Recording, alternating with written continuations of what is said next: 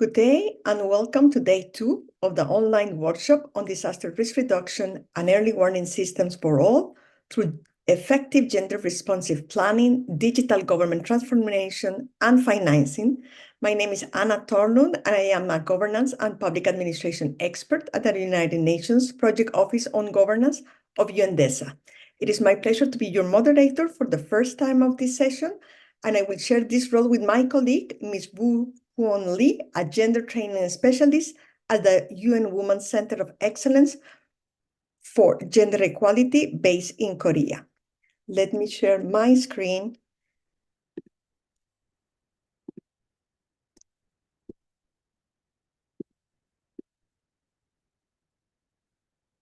Do you see my screen?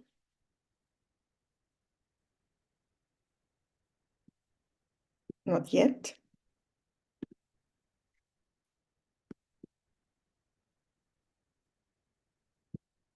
One minute.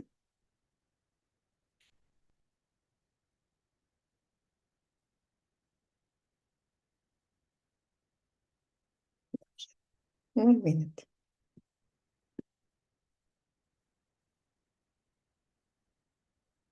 Here we go. Okay, great. Today, we will focus on digital government transformation and AI for early warning systems, accelerating resilience and gender-responsive sustainable development. Risk-informed sustainable development, digital government innovation, and frontier technologies presents rapidly evolving prospects for building resilience and gender-responsive early warning systems across countries. Effective public governance and digital technologies have the potential to strengthen resilience and reduce vulnerability. So today's session will explore two parts. The first part will focus on governance and technology in early warning systems. We will start with a setting the scene session, followed by 3 expert presentations from national and local perspectives. Then we will have a 10 minutes break. After the break, we will move to the second part of the day, which is about data collection and analysis for gender-informed decision-making. Just a reminder, you can opt for a certificate upon successful completion and meeting all the requirements of the workshop.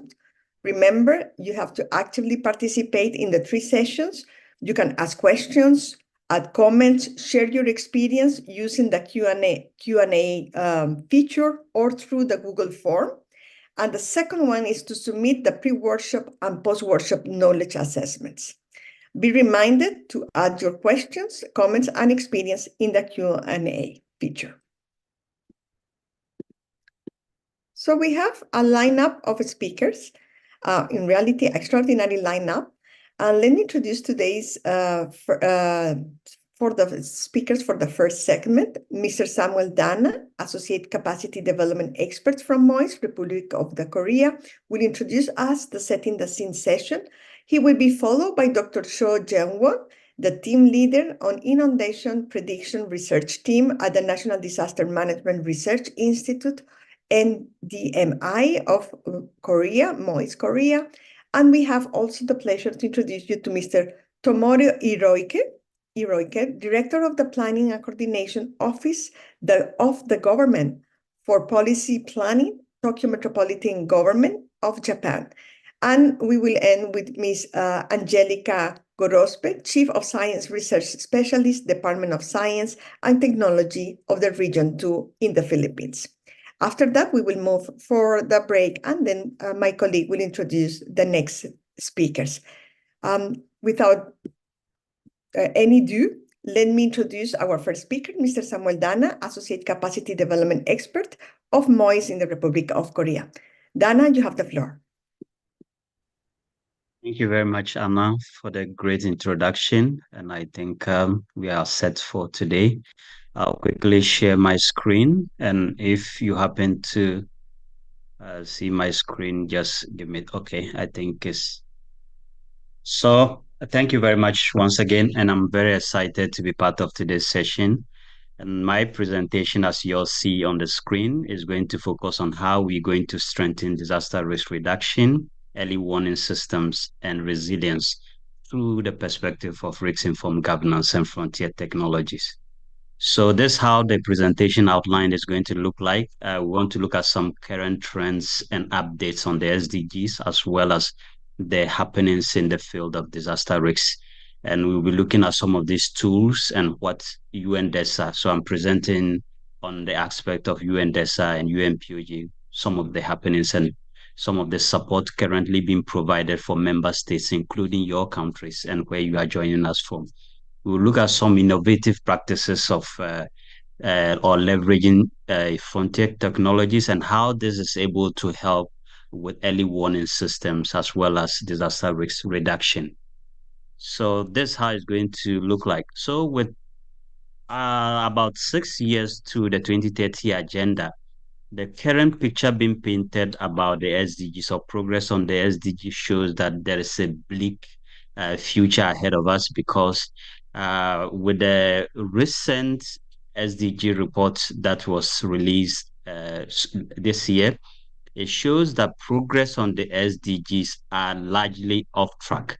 So what it happens is that as clearly described by or captioned by the UN Secretary General Antonio Guterres, that the SDG report is a kind of a report card of our performance in making progress on the SDGs. And what it shows is that the world is being presented a failing grade. So this is something we have to all take note of and be mindful of. So according to the report, what it shows here is that I would like us to take very critical note of this. So only 17% of all the SDGs goals are on track, including the indicators, only 17%.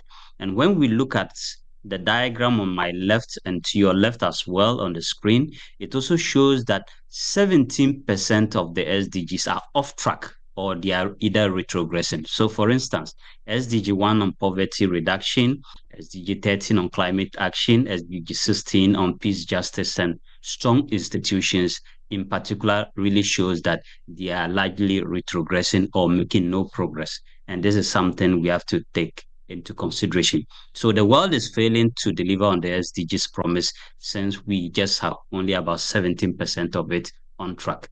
So what it shows is that issues about climate change is also on the rise. For instance, the average climate temperatures are rising globally, and we are living in a time that the average climate is around 1.45 degrees Celsius, and it's expected that by 2035, the world would have exceeded the unacceptable limit of 1.5 degrees Celsius. That's the average. And 2023, that's last year, was considered one of the hottest year on record, which has never been recorded. So this is something we must also take note of.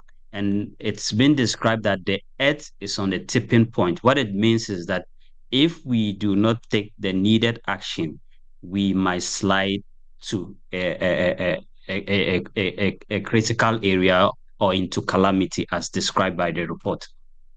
And this picture shows the global picture of how countries are making progress. So the darker the blue color of a country, it shows how much progress they are making. Is it that they are making more progress, or they are in the middle, or they are lagging behind? So this shows it, and it paints a picture as to how much progress we are making in addition to the records that has already been shared in the beginning. So what it happens is that disasters and hazards, including public health emergencies, have critical impacts on achieving this the SDGs, all the 17 goals, as we mentioned. So what it means is that as much as possible, we must make sure to reduce these crises or its impact on our lives so that we are able to achieve the SDGs. So for instance, one of the the recent unprecedented crisis we ever achieved in this decade was the COVID-19 pandemic, which is still lacking behind, and many countries are still trying to recover from it. And what it shows is that it really affected each of the 17 goals. And this picture shows the systematic effect of the COVID-19 on the 17 SDG goals. So, what we should also put in mind is that governance is a key aspect of our national lives, that governance presents an enormous opportunity to be able to better contribute to the SDGs. And the UNDESA has been able to, through its Committee of Experts on Public Administration, has proposed 11 principles of on effective public governance for achieving the SDGs. And all these 11 are grouped under three thematic areas, which shows that governance must endear or must try to be more effective, accountable, and inclusive. And these are some of the principles that we must look at when we try to leverage governance or try to look at governance, how governance could contribute to the SDGs.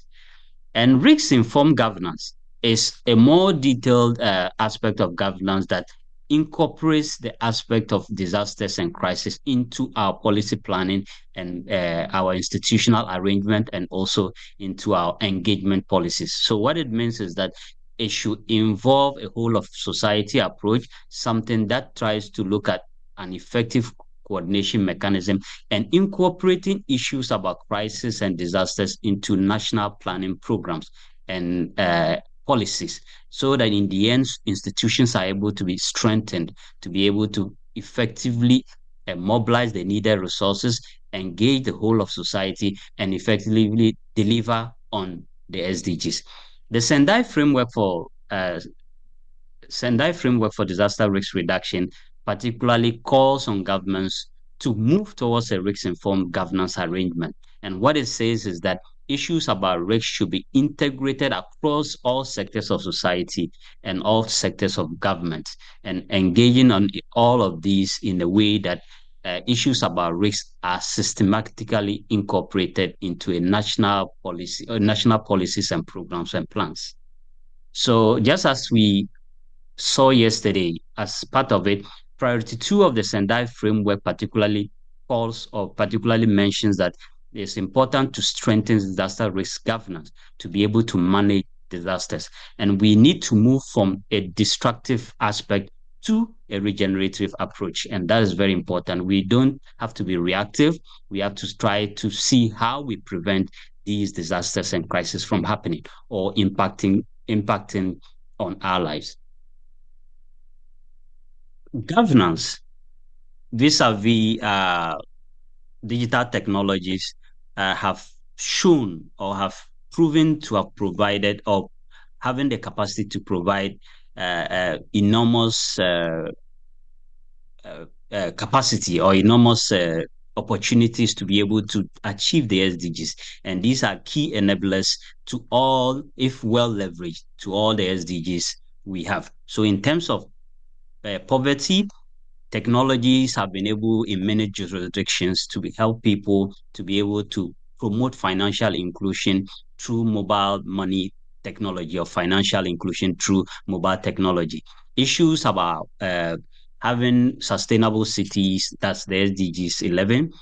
We having smart and resilient cities as a result of people leveraging technologies for that. We also look at climate action, where people are able to monitor, forecast, and even have issues about early warning system for climate action. So in all aspects of the SDGs, as we have it on this diagram, we see that in one way or the other, digital technologies and government, or the tools, are key enablers to contributing to accelerating progress on achieving these SDGs. So these are some examples of digital government tools and technologies that are available. I know there are a lot of them. So it ranges from AI, which is currently being much trumpeted, and we are going to talk about it in this workshop as well. We look at issues about big data. We have robotics. We have issues about drones and other things, or Internet of Things. These are all examples of issues that are able to help us to be able to contribute to promoting the SDGs, as well as promoting disaster risk reduction. So I just want to quickly share this video with you to reiterate the need why we can it's important to leverage frontier technologies for the SDGs and disaster risk reduction.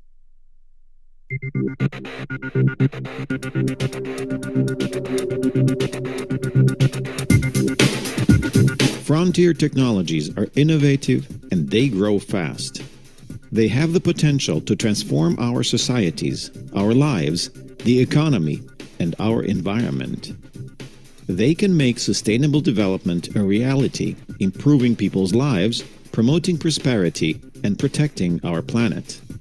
But they also threaten jobs and raise new ethical and moral challenges.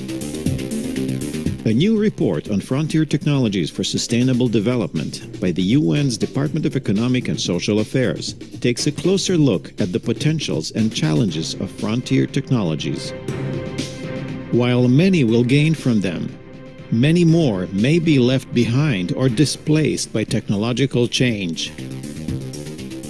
Governments play a central role in creating more winners and fewer losers of technological change. More than ever, it is important to create infrastructure and institutions that promote innovation, diffusion, and adoption of technology. This issue touches every country, and the United Nations and the global community are in a unique position to help, making knowledge and technology available to all and fulfilling the promise of the 2030 Agenda for Sustainable Development. Working together, we can harness the full potential of frontier technologies for a sustainable future that leaves no one behind.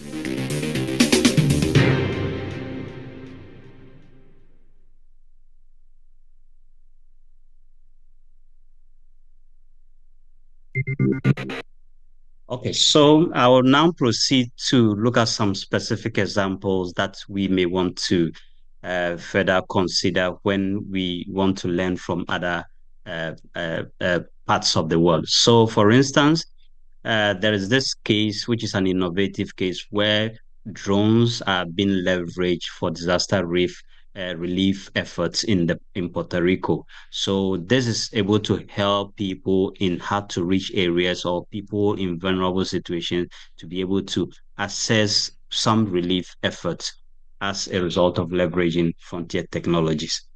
The next example is this one from Vanuatu.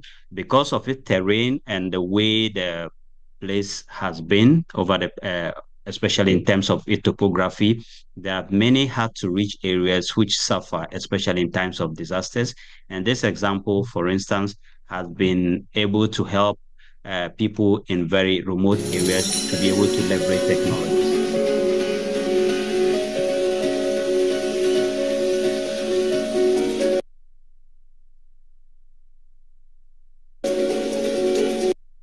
Yes. So the other example is also about people leveraging technologies to support humanitarian activities, especially in cash transfers. So as I mentioned in the beginning, especially in contributing to SDGs 1 on poverty or reducing poverty or extreme poverty, disasters in particular pushes people, especially people in vulnerable situations, into further or extreme poverty when disasters happen or crises happen. And these technologies are being leveraged to improve and include people who would have, in some circumstances, been left out. And this is as a result of people leveraging technology.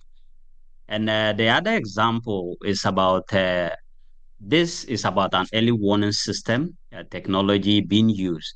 And this technology called Shake Alert, an app for earthquake warning. So it's a form of leveraging technologies for people or an early warning system so that people get signal ahead of time to know so that it raises awareness and also alerts people of possible hazard or an impending danger. And this is another example of how technologies are very critical to this. And this is a Google flood prediction mechanism being used in India. and it's also an technology tool or a tool that leverages technology on how to promote early warning systems and make people be more informed about impending risks ahead of time. And we talk about making cities and communities resilient and strong and smart. It's expected, according to data, it's expected by 2050, by 2050, over 2/3 of the world would have been living in cities. And these cities should be well planned, and they should be well organized, and they should be more robust and friendly and inclusive in a way that they are more resilient to receive people. The other one is this technology called the Finder. The Finder is able to help to reduce deaths and casualties, especially in times of disasters. This technology uses infrared technology or the radar system that is able to detect people who are buried under collapse, especially in times of earthquakes and disasters. And what this means is that technologies are able to help us, or when leveraged, is able to help us not just through early warning, but these technologies are able to also help us also through prevention of death and other mortalities. So quickly, because UNDESA, UNPOG, and its partners prioritizes the need to continually research and promote its work, especially by providing knowledge management tools and products. UNDESA, UNPOG, and partners have developed a series of uh, toolkits or training toolkits. And these toolkits have been made free of charge, and they are all available on UNDESA's website or UNDSS website.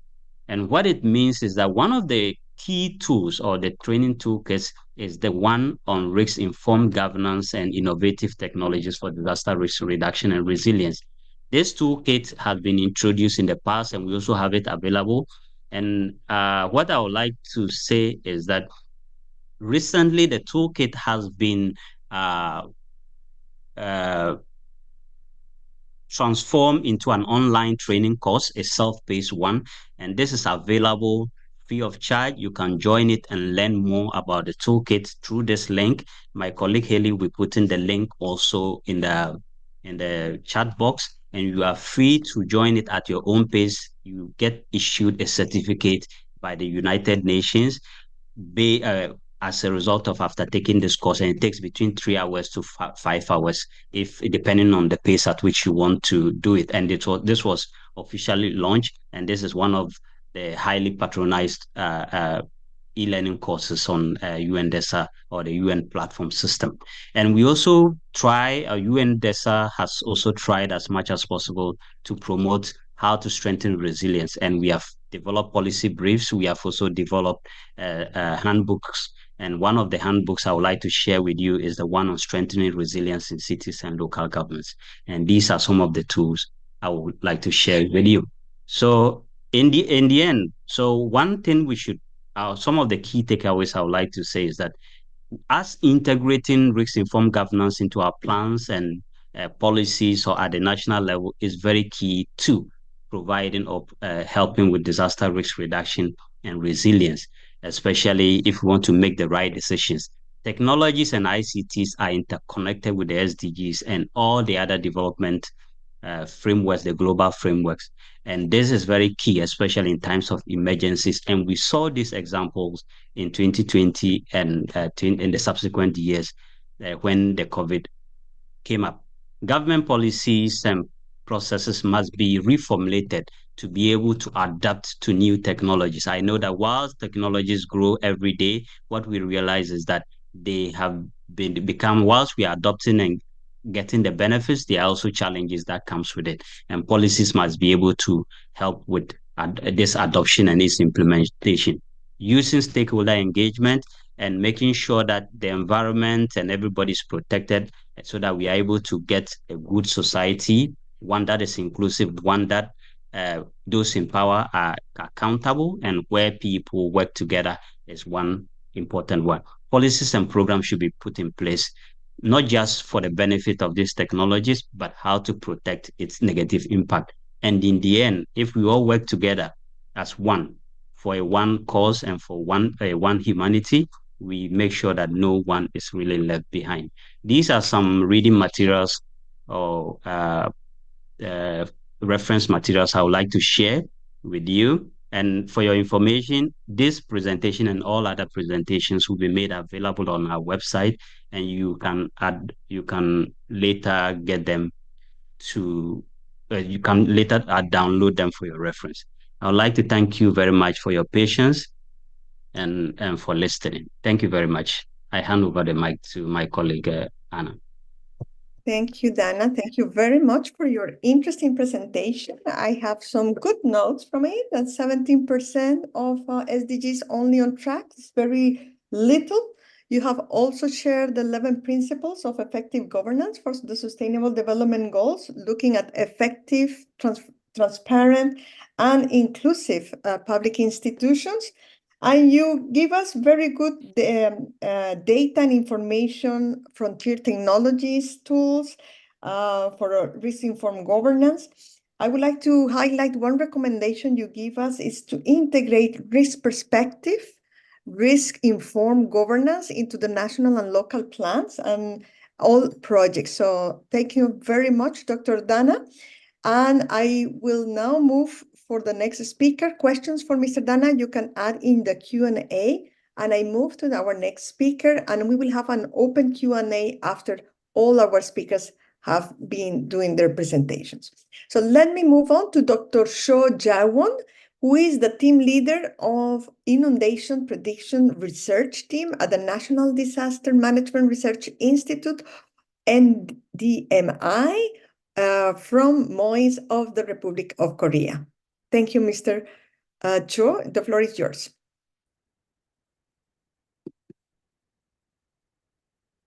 Good morning and afternoon, everyone. Can you hear my voice clearly? Very well, very clear. Okay. I'm Jeong from NDMI. The rainy season began in Korea at the end of last month, and overnight downpour exceeding 100 millimeters per hour have been continuing. Early this morning, heavy rain of over 90 millimeters per hour also fell in Gangwon Province and Busan. Today, I would like to present on inundation prediction technology using deep learning. Part 1 is background. Novel weather phenomena are increasing worldwide due to climate change. In Korea, we are also experiencing the effect of climate change. Since 2000, the number of days with over 8 millimeters of rainfall in a day and the frequency of rainfall exceeding 30 millimeters per hour have increased compared to the 1970s. According to the IPCC report, these phenomena are expected to increase further in the future. According to damage statistics on natural disaster in Korea, 93.1% of property damage and 40.4% of human casualty are due to typhoon and heavy rain, which account for most of the damage caused by natural disaster.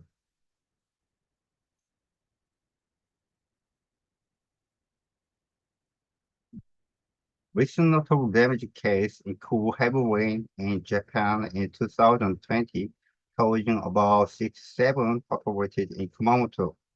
In China, continuous heavy rains and typhoon over months resulted in approximately 120 fatalities. Next page. In the same year, Korea recorded the longest rainy season of 54 days and damage exceeding 1 trillion won for the first time since Typhoon Aeneas in 2006. In 2022, saw surpassed human casualty due to record-breaking heavy rainfall. And in the following year, 2023, many people died when an underground road was flooded. To reduce such damages, structural measures are important. However, non-structural measures like forecasting and monitoring are also crucial. To address this, I would like to discuss 3 issues and solutions. The first issue is the risk criteria. In Korea, the same heavy rain advisory criteria are applied nationwide. Oh, sorry. Pretty sure it's page number 7. Yeah. However, since Torian and disaster prevention capability vary by region, risk criteria that consider regional characteristics are necessary. The second issue is monitoring. While water level gauges are installed in river to monitor water level, sensors to measure and monitor flooding are not installed on urban areas. The third issue is the demand for detailed information. Just a measurement official and the citizens require specific information on when, where, and how much flooding will occur. And next page. So what's this first issue? We introduced the concept of limit rainfall.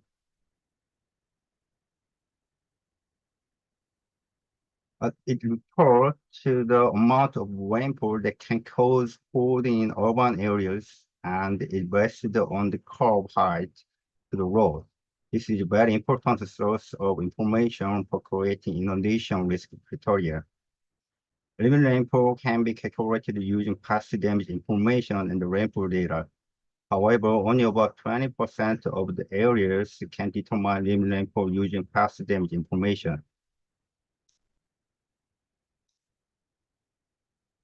Therefore, we applied deep learning. The following diagram, the algorithm selection, and the model application process. To train the model, we used over 3 billion rainfall data, more than 97,000 damage data, and the geographic data such as slope, elevation, river, percentage of impervious areas, and SSC. Using this developed model, we calculated the limit rainfall for 223 cities and 3,369 towns and districts, excluding island areas. Additionally, we developed an urban flooding monitoring system called RAINSys, which provides real-time rainfall monitoring, displays high-risk areas, and overflow maps. Next, I will discuss sensor for real-time monitoring and detailed information provision. Since 2018, we have been installing flood measurement sensor in urban areas. Initially, we outsourced the manufacturing to external companies, but based on 3 years of field operation experience, we started developing them ourselves in 2021. By 2023, we had developed and produced an improved version, which was then finally installed in the field. The full measurement sensor we developed includes an ultrasonic sensor, Arduino LTE modem, tilt sensor, battery, solar panel, and controller. The image on the left shows the first version, and the image on the right shows the second version with the controller and the sensor combined. Next. In 2024, we developed a final version that is smaller, more comfortable with various sensors, and has increased better efficiency. The picture was created by the professional company. It consists of a data logger and external modem. A quick please. The next photo on the other hand shows a device designed and manufactured directly by our researchers, which integrated the data logger and the modem into one unit and include an LCD panel. It is smaller, has better battery efficiency, is more comfortable and more integrated than the one produced by the professional company, and can be manufactured at about 1/3 of the cost, very cheap. In that case, this is a virtual illustration of the installation site. It can be installed on the road surface or on the car. When installed on the car, it uses both an ultrasonic sensors and e-tape sensors. Next. Next, I talk about the disaster map. In Korea, it is legally required to create the food trace map after fooding occurs. The map shows at the top is an actual food trace map created through field survey after the food had ended, making it difficult to find the accurate food depth and the working precision, as you can see. The map at the bottom is the food trace map created using sensor data. Since it is generated directly from actual measured value, it is not only more accurate and detailed, but also eliminates the need for additional survey work. The data measured by the sensor can be used as training data for the food prediction model. We have developed food prediction models using XGBoost, random forest, and LSTM models. The following is the result of the LSTM model we are currently researching. The black line represents the actual value, and the red line represents the model's predicted value. While there is some error in peak value, the model overall predicted the food patterns well. And next, these are the result of model by prediction time. The black line is actual food depth, and blue line is the 2023 model result, and the red line is the improved model result in 2024.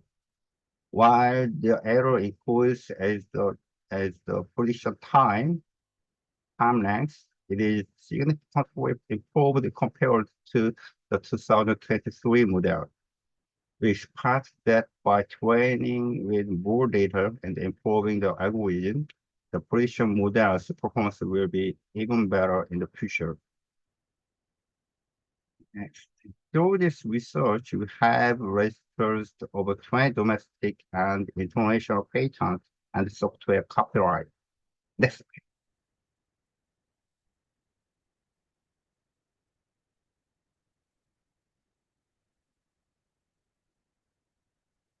And next page. Additionally, we are collaborating with and providing information to various organizations such as Korea Meteorological Administration, Korea Water Resource Corporation, Korea Electric Power and Gas Corporation, and the local government. I was asked two questions beforehand. First, how can the integration of technology and AI enhance the effectiveness of all-in-one system for disaster risk reduction and resilience? Traditional discussion made by expert through analysis and judgment can now be supported by AI to enable non-expert to respond to disaster more efficiently. Today's presentation focused on urban flooding, but recently AI has been utilized in various fields such as fire incident, chemical accident, and search operation for mission persons. Second question is, what are the main challenges in leverage science, technologies, and innovations, including AI, and implementing all-in-one system, and what are the key strategies and the recommendation to help address this challenge to ensure the effectiveness and adoption of these innovations? I believe two things are most important for applying technology like deep learning and AI. The first is data. The technology presented today would be impossible with data. Having a large amount of data is important, but the quality of the data is even more crucial. The second is a system capable of managing that data. The system is infra system, building equipment such as sensors to acquire data in the field and establish a system that can manage not only field data, but all data related to disaster are essential. Thank you for your attention.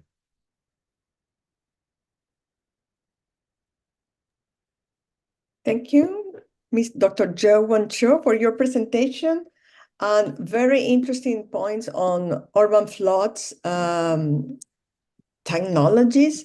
As we know, floods are one of the most significant hazards in urban areas due to their potential to cause widespread damage and disruption. And you elaborate very much on how you are using different methodologies, development and sensor for flood measurement, real-time inundation, map for sensing data. And your presentation triggered a lot of discussions in the chat box. Maybe you can also write some comments in the chat box. There are some sharing of information from the Philippines and other countries on how they are using also some technologies. Thank you very much for elaborate also on the AI and the linkage with the data for specifically for urban floods and this impact.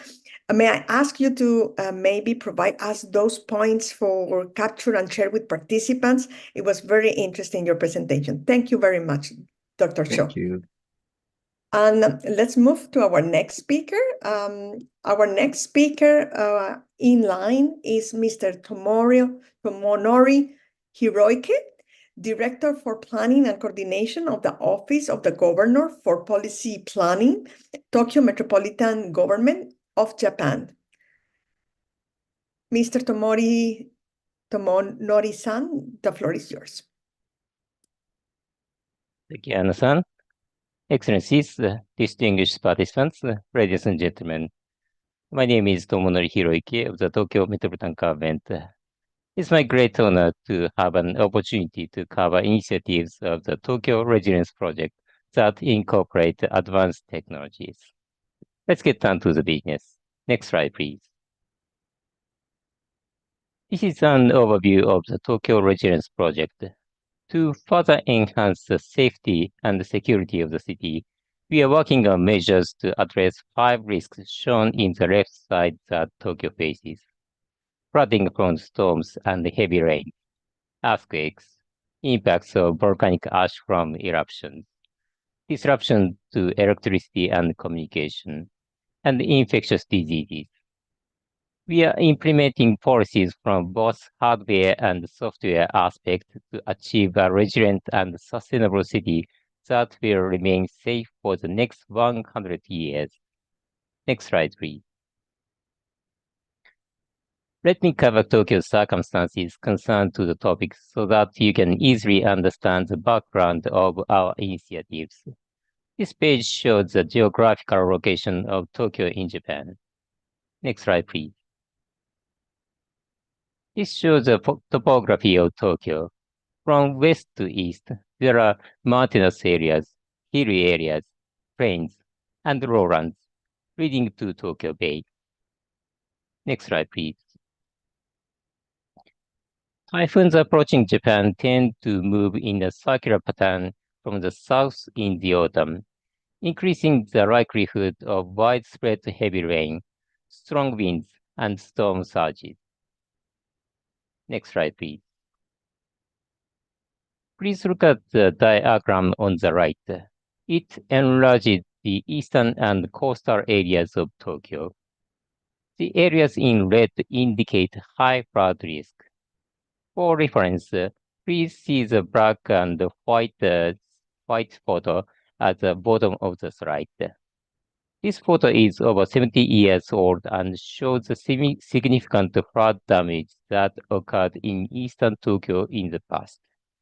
Nowadays, flood control measures have proven effective, and it is unlikely that such extensive damage would occur in the city. Next slide, please.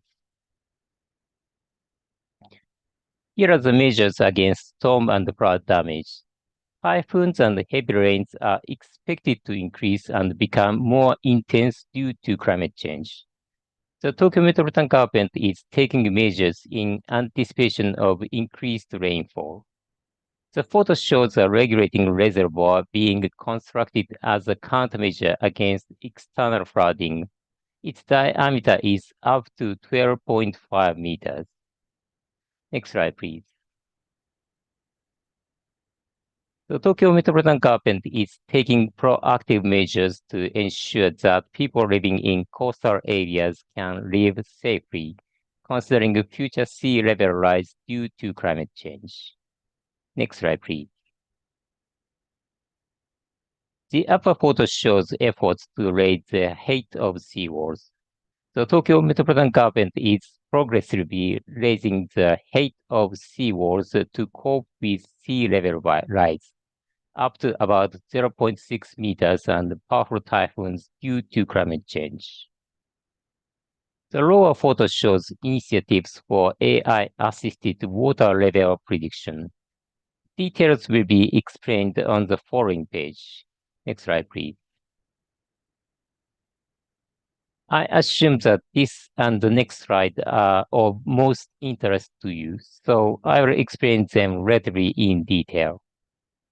By utilizing AI predicted water level changes, we assist staff in accurately operating water gates during storm surges caused by typhoons and other events. We are developing an AI model that predicts water level fluctuations using past data on water levels and atmospheric pressure as training data. By repeatedly comparing and verifying the predicted values with the actual values, we strive to improve the accuracy of our predictions. In particular with the typhoon approaches, the discrepancy between predicted and actual values is significant. Therefore, we have conducted real-time predictions during actual typhoon-induced tide level changes and have verified the accuracy and analyzed factors causing the prediction errors.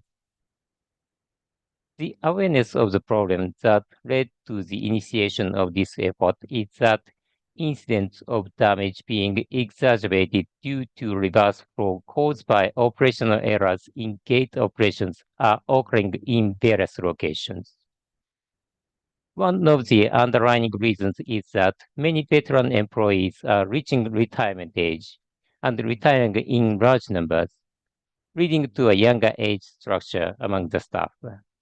This results in a lack of experience and a decline in technical skills among the employees. Even under such circumstances, we believe that utilizing AI, which can make calm and objective judgments without relying on the knowledge and experience of on-site personnel, is crucial to minimize the damage. Moreover, we have installed live camera and provide information through the storm surge disaster response information system, allowing inhabitants to check the sea conditions and aiding their appropriate evacuation in the event of storm surges. Additionally, to quickly assess damage and facilitate rapid emergency restoration in case of disasters, we use drones to inspect the coastal protection facilities. In addition to visually controlled drone flights, we are also conducting flight tests with autonomous flights in accordance with technological development, aiming for future remote inspections. Next slide, please. The Tokyo Metropolitan Government has a system to provide real-time rainfall information to inhabitants to ensure prompt and safe evacuation. Rainfall intensity is color-coded into 10 stages and displayed in 150-meter grid cells. With this system, you can check the rainfall from 2 hours before the current time. This system was developed by the Bureau of Sewerage, Tokyo Metropolitan Government. The system was introduced in 1988 with the purpose of utilizing it for pump operation management to quickly grasp rainfall conditions in the sewerage field and protect the city from flooding. Since 2002, we have been providing real-time rainfall information to help residents prepare for flooding caused by heavy rain. Please allow me to make a little detailed explanation. The Bureau of Sewerage owns radar-based stations and has adopted the radar rain gauge system.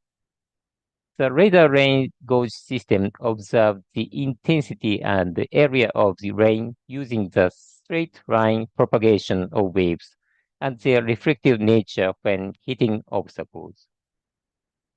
By combining rainfall information over an area of approximately 190 kilometers east to west and 120 kilometers north to south, centered on Tokyo, we monitor rainfall situation over a wide area. Since the topic has shifted to sewerage dedicated systems, I don't have slides prepared, but I'll also introduce our efforts to support the operation of rainwater pumps in the sewerage system using AI to prevent inland flooding. In recent years, due to frequent heavy rains and increasingly larger typhoons, a large volume of rainwater is flowing into the pump stations in a short period of time.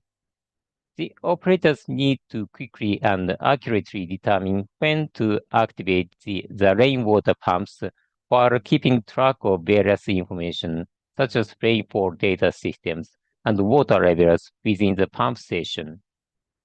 Given the significant burden on the operators during rainy weather, we are working on technological development to appropriately support the decision-making for activating rainwater pumps, even for less experienced personnel, similar to the use of AI for water gate operations. Next, in the photo on the right, you can see that many rivers in Tokyo rapidly increase in water level during heavy rain. Therefore, we have installed river surveillance cameras and are live streaming the river conditions 24 hours, 7 days to support inhabitants' evacuation actions. Regarding the river cameras, some people might wonder if it is possible to check the footage at night, given that wind and water disasters can strike at any time, day or night. To explain this point, the infrared illuminations work in conjunction with the cameras, allowing for very clear images even at night, enabling detailed monitoring of the situation. Moreover, the cameras are equipped with hoods and wipers on the lens, ensuring a stable operation regardless of weather conditions. While some might be concerned that merely showing the situation via river cameras could cause anxiety and confusion among residents, we are taking measures to appropriately prompt the evacuation actions by providing multiple sources of information, not just the camera footage.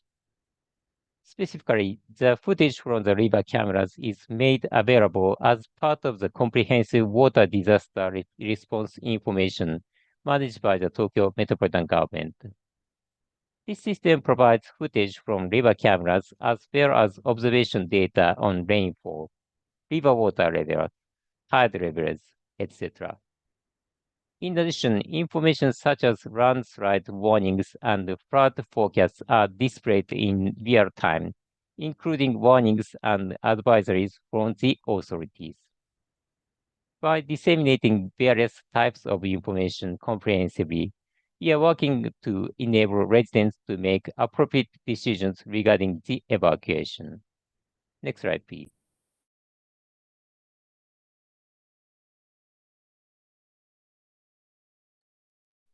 Okay.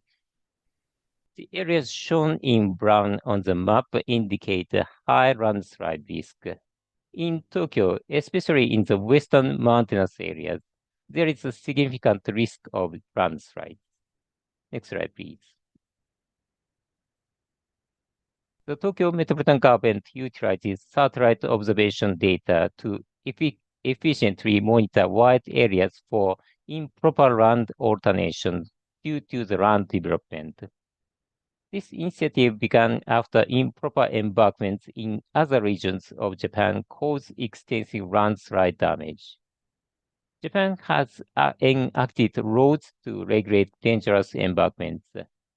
However, improper embankments are often done in less visible areas like mountains, making it difficult to monitor them solely through human patrols, hence the use of digital technology.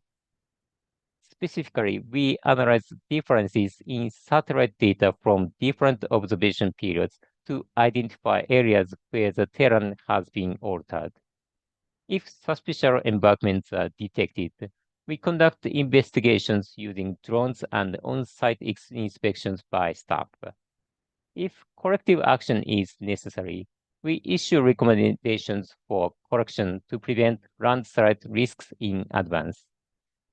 This initiative has been fully operational since this fiscal year. Next slide, please. For more details about the project, please refer to the QR code on the slide. And this concludes my presentation. Thank you very much for your attention. Anderson, back to you. Thank you, Mr. Tomonori-san, for keeping the time so well.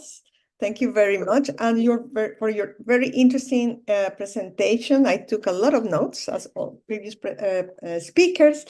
You share with us how Tokyo is impacted by flooding from storm surge and how you have been doing prediction of AI on water level models. Very interesting work you're doing with using atmospheric data. Again, you link with our previous speaker from Korea on the very well use of data for AI modeling.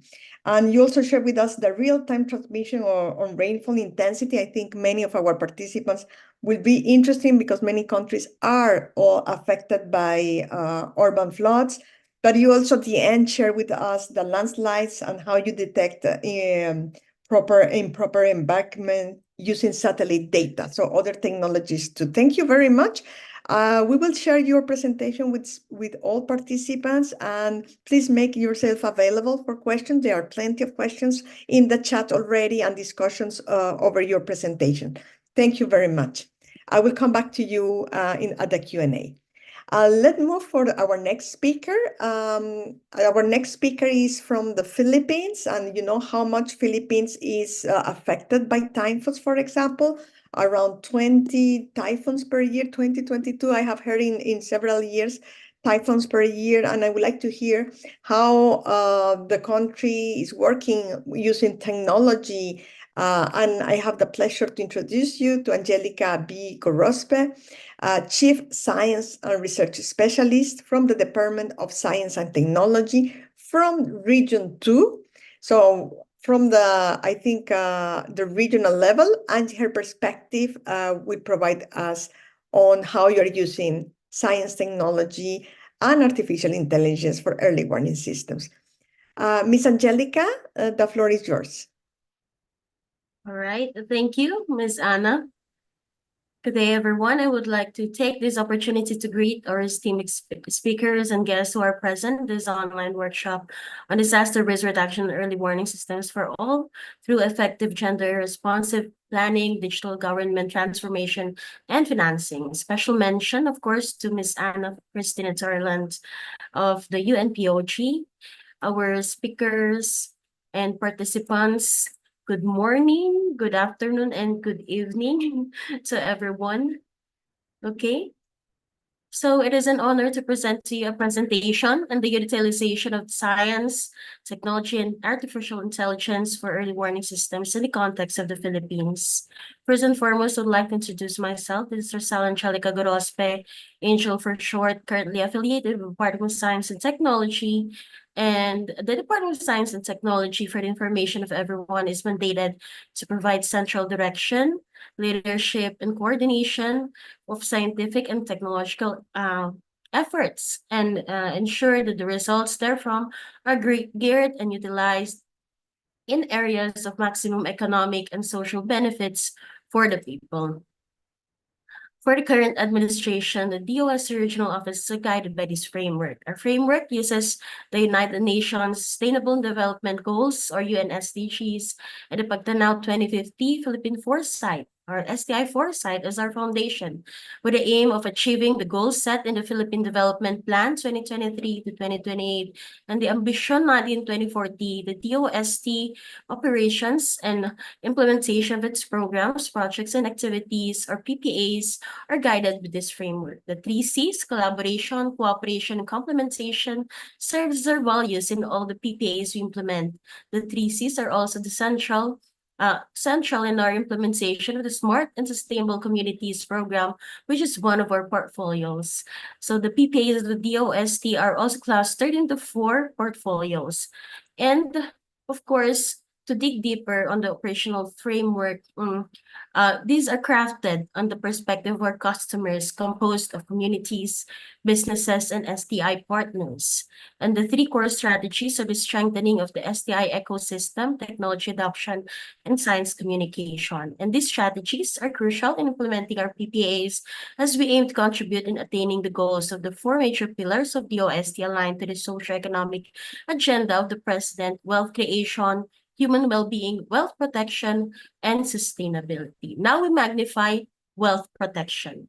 The Philippines ranks first out of the 193 countries as the most disaster-prone country in the world due to its high risk, exposure, and vulnerability to natural hazards and climate change. This ranking is based on the World Risk Index, which assesses the risk of disasters based on the severity of natural hazards and vulnerability of societies to their effects. The Philippines has a high index score of 46.86, making it the most vulnerable country globally.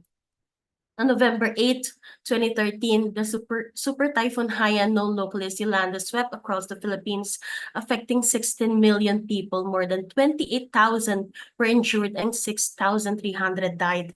Damages caused by the typhoon reached about 95.8 billion in Philippine peso. We have also the Typhoon Ulysses that hit the country on November 9 to 13, 2020, and has brought 101 dead and 85 injured. The total cost of damage brought by Typhoon Ulysses, or international name BAMCO, has reached a combined 12.9 billion in agriculture and infrastructure figures from the DRRM. Our national heritage Bantay Bell Tower in Ilocos was also devastated by magnitude 7 earthquake. That is why we need to transform risk to resilience, from managing disasters to managing disaster risks, from being victors of disasters, or victims of disasters, I should say, to becoming victors. In the context of the Philippines, we have already a lot of initiatives on disaster prevention and mitigation. It is streamlined through what we coined as Handa Pilipinas, innovations in disaster risk reduction and management exposition. Handa is the Filipino term for prepare, so we aim to be prepared in times of disasters, right science, right information, right action at the right time. Handa Pilipinas is an innovative initiative, an annual exposition organized by the Department of Science and Technology in the Philippines to showcase science, technology, and artificial intelligence applications for disaster risk reduction and management.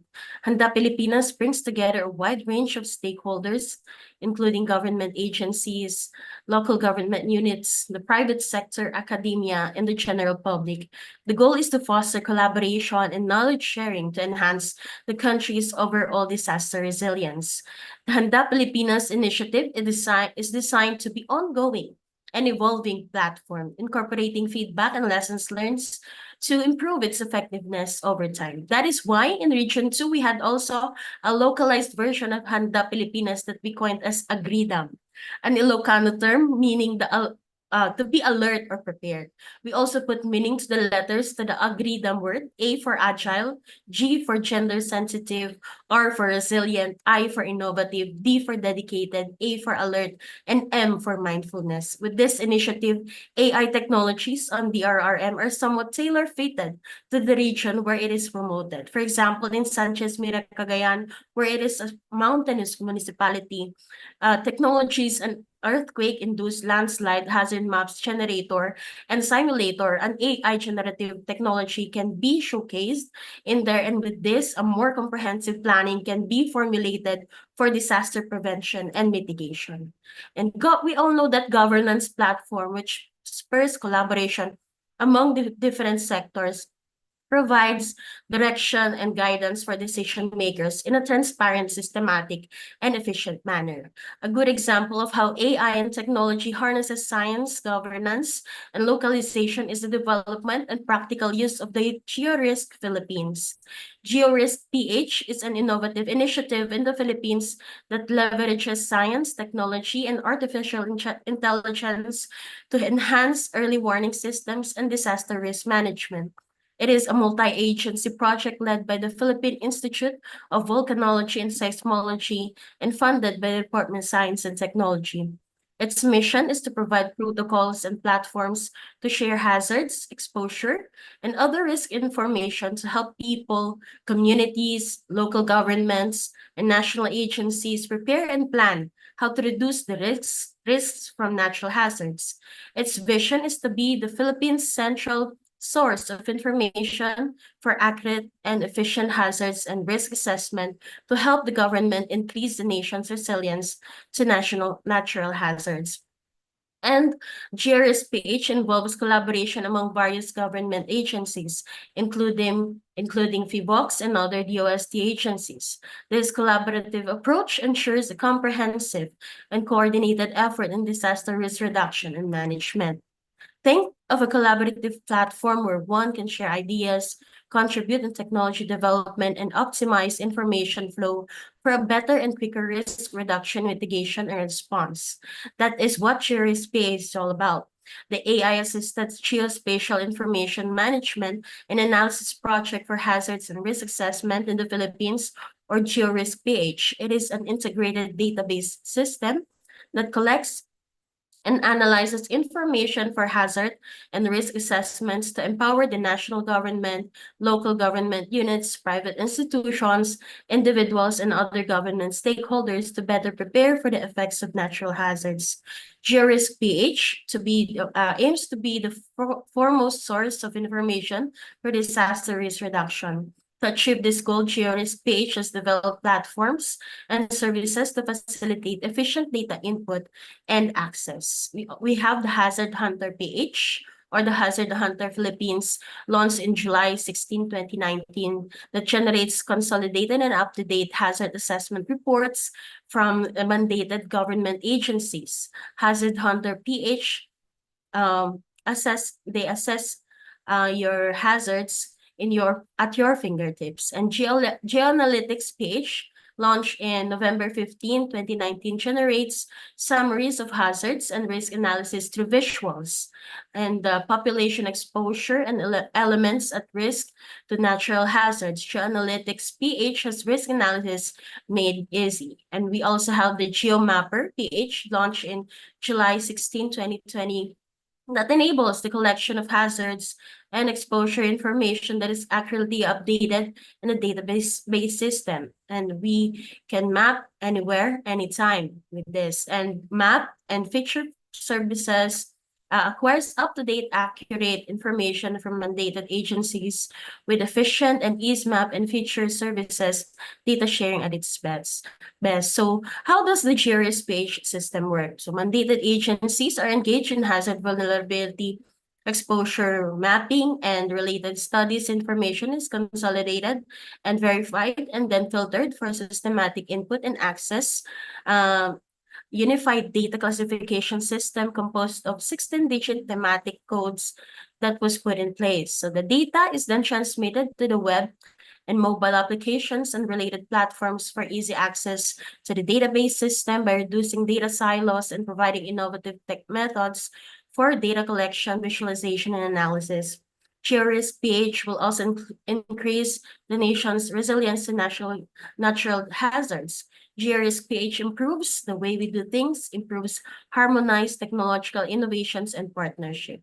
There is strength in cooperation. The more we share and collaborate, the closer we get toward world-class environmental hazards and risk assessment, innovative resilience that could make a difference and make the country a safer place. So are you safe from natural hazards, or are you building your home in a safe area, or you simply need data for disaster risk management? All this information may be easily accessed at the flick of your finger with Hazard Hunter PH. So Hazard Hunter PH is an online AI application designed to generate seismic, volcanic, hydrometeorological hazard assessment reports as well as location features. Instead of 1 to 3 days to generate a hazard assessment report, with AI-assisted Hazard Hunter PH, it only takes 15 seconds. This increases the efficiency and ease of doing business. So how do you use the Hazard Hunter PH application? Hazard Hunter PH is user-friendly. Just follow the following steps. So type the location in the search bar, double-click or tap on the map to select the target area. Initial hazards assessment will appear on the screen. Select the view explanation and recommendation link to see the full report. And this may be used as a quick reference, but users are advised to request a signed hazard assessment report if necessary. And Hazard Hunter page is a collaborative effort among government agencies, so you can have up-to-date natural hazards information anytime, anywhere. And imagine also using a single platform to collect and access data, whether you're in the office or out in the field. So we can have an AI technology called the GeoMapper PH to collect data to populate the national exposure database. With GeoMapper PH, exposure data mapper collect, report, and visualize disaster events. Using the GeoMapper PH situation data mapper with its integrated web and mobile application, you can easily update and manage your data with the greatest ease and maximum benefit. GeoMapper PH is easy to use and tailored to your mapping needs. It supports more informed decision-making and improves data accuracy. And another AI technology in GRS page is the Plan Smart Ready to Rebuild, or your one-stop web app for faster, more inclusive, and resilient disaster recovery. And disasters set back our community's growth and development, especially when we are unprepared and unsure where to begin the recovery process. While disasters come and go in a blink of an eye, rehabilitation and recovery take years to happen. But what if you can prepare for post-disaster recovery even before it happens? So to make this process more efficient, convenient, and effective, the National Disaster Risk Reduction and Management Council, through the Department of Science and Technology, the Philippine Institute of Volcanology and Seismology, and the Office of Civil Defense, in partnership with the World Bank, developed the Plan Smart Ready to Rebuild app.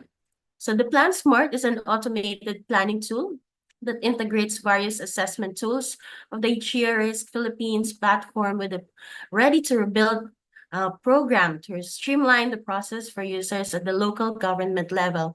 Through Plan Smart, you can determine how many people can be affected by disaster through accurate information, including hazard assessments and reports. It can also help you identify key stakeholders for rehabilitation and recovery, so you can organize and mobilize them quickly once disasters hit. Moreover, Plan Smart provides a menu of funding sources for various projects, programs, and activities to ensure efficient financing, resilient recovery. And it also features a pro forma template of planning documents that consolidate all pre-disaster analysis. This will inform your local government on the best course of action before a typhoon or earthquake or a volcanic eruption happens. This is also a platform for collaboration, as it can also allow you to work with different organizations and institutions. It is envisioned to integrate impact assessment simulations in one system, and the best part, this AI technology, Plan Smart Ready to Rebuild app, is free for everyone, anytime, anywhere. And with Plan Smart Ready to Rebuild, we hope that the Philippines is steps closer towards a faster, more inclusive, and more resilient disaster recovery. And all this is finally at your fingertips. And with that, I leave you with the words: use technology and innovations to safeguard our economic gains, but most importantly, to save lives. Thank you and God bless. Thank you, Ms. Angelica, also for keeping your time very well, very sharp, and for this very interesting presentation. You shared about us DOS strategic plan, the ambition, 2040, and the Philippines Development Plan, how these are integrated into the work on scientific and technology advances in the Philippines. You also shared about how how prone area is the Philippines, accordingly with the World Risk Index, and using AI technologies in the country and also innovating for resilience. And at the end, you cover also the issues of financing and resilience recovery. I think there are many questions related to countries which do not have the funding or the allocation of other countries. And I would like to hear your voice and opinion on this after when we come to the Q&A. But thank you very much. And now we are going to open the Q&A for participants. If we can close the presentation on the screen. Miss Angelica, please. If you can just stop the, yes, thank you. So I will ask all the speakers if you can stop the presentation mode. Yeah, thank you so much. So may I ask all the 4 speakers if you can turn your camera on so we can see this as a panel. And I hope to have a very interesting panel right now. I would like to start with Mr. Dana. May I ask you one of the many questions we have from the chat, and you can cover others that you have seen in the chat. I just wanted to start about one question for risk-informed governance. What are the key changes to be made by local governments to be more effective? Thank you.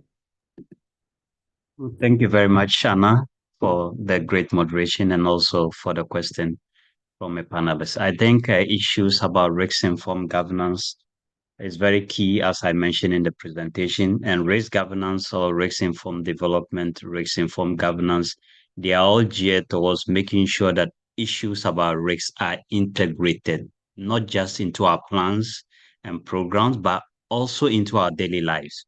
So that even at the local level, people should be self-aware about why they should take their own risks and security into their own hands. That is, whilst it's a shared responsibility, people should personalize these issues to themselves so that whilst governments are trying much, or the central government or national governments who want to bring in policies and programs, that may also transcend into the local level. What the person or people at the local level should do is that whilst governments are trying to localize their national plans, including the SDGs, into the local level, they should also try to imbibe these policies and programs into their smaller or minute part of their areas. And whilst doing this, they should take ownership and be part of the process, because no matter what is done at the top and brought to the lower level, if people don't take ownership, because communities and people are part of society, and stakeholder engagement is critical, and a citizen-centered approach is key to this. And I think that's how we can work together to get it done at the local level. Yes. Please, your microphone. Thank you, Dana, for your kind response. And let me ask Dr. I have a question. There are many questions for all of you. I have the chance of very active participants today. So I will come back to Dr. Cho. There was one specific question on how could you explain a little bit more, elaborate a little bit more in general, how the flood sensor works, and regarding the model built, will it provide good results with different data? And I will ask you a second question, so then you can have 2 questions. Dr. Joe Won, could you turn your camera on? Are you with us? Yes, thank you very much. And there's a second question that I would like to ask you together. How does the NDMI utilize AI to enhance the accuracy of early warning systems for natural disasters? Thank you. For disasters triggered by natural hazards. Thank you.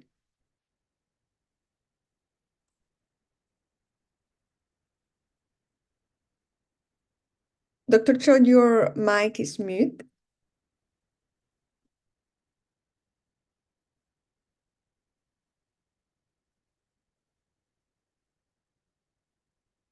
Oh, I'm sorry. No problem. I was watching 10 a.m. I didn't hear the questions usually. And so please, one more time.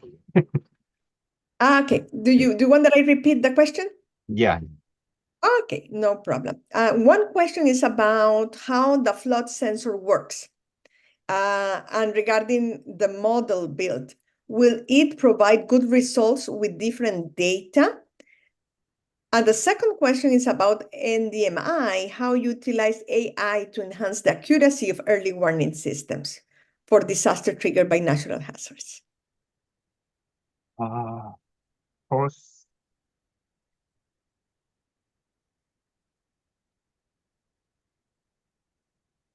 to put the measurement sensors.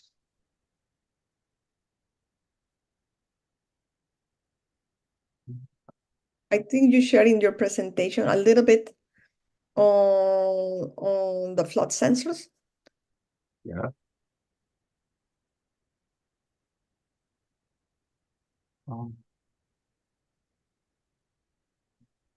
If you wish, I left you a little bit of time to think on the answers. Yes. Sorry. Sure. So then I will, in that case, I will move the question, another question for Mr. Tomonori-san, and I come back to you, Dr. Sho. Yeah. Okay, thank you. So, Mr. Tomonori-san, there are several questions, and one is about how much data is typically required to make better predictions by AI tools, and how do we address the gaps, issues related to little data, on flood data? Thank you. Thank you, Anderson. As for the quantity of the data, there is no specific requirement to make sure the accuracy of the prediction. That depends on the cases. So we should continue anticipation and verification and minimize the gap between anticipation and the actual figures. So we should consider take the situation of rainfall into account, and adding that recently the rainfall, the condition of the rainfall is changing due to the climate change. So we should incorporate new information into account. Thank you. Thank you, Mr. Tomonori-san. I will move to a question for Angelica. Angelica, please, you have many questions also in the chat, in the QA. I don't know where to go with so many questions. Angelica, there is one question specifically to one point you mentioned about the GeoRisk Philippines. So there's a question who are qualified to use and access this GeoRisk Philippines? Are they open and accessible to the general public, most specifically in the medical field? Thank you very much. If you can elaborate a little bit on this. Thank you. Yeah, actually, the GRS page is open to the public, the general public. The mapper is open for our DRRM personnel. They just need to request a letter from FIBOX, because they are the ones who are conducting training on the utilization of the GRS page, so that they can also actually, I also use this GRS page if we want to request for hazard assessment reports, because these reports can be utilized on support in our researches and our endeavors in the office. Thank you very much. Let me go with a follow-up question. What are some of the challenges in implementing those digital government innovations in the Philippines that you face? Anna, there are a lot of challenges, of course, in implementing this AI technologies on early warning systems, one of which is integrating AI with existing legacy systems and overcoming the compatibility issues. And of course, our data quality. We rely so much on the data we are collecting. That's why we wanted, of course, to collaborate. DOST cannot do it alone. It should be a multi-sectoral approach. It should come from our LGUs, our National Disaster Risk Reduction Council, and with the support, of course, of our collaborative approach, so that it can also improve. Our stakeholders can really improve on how can we implement these systems and processes. Thank you, thank you. And I move again back to Dr. Shaw.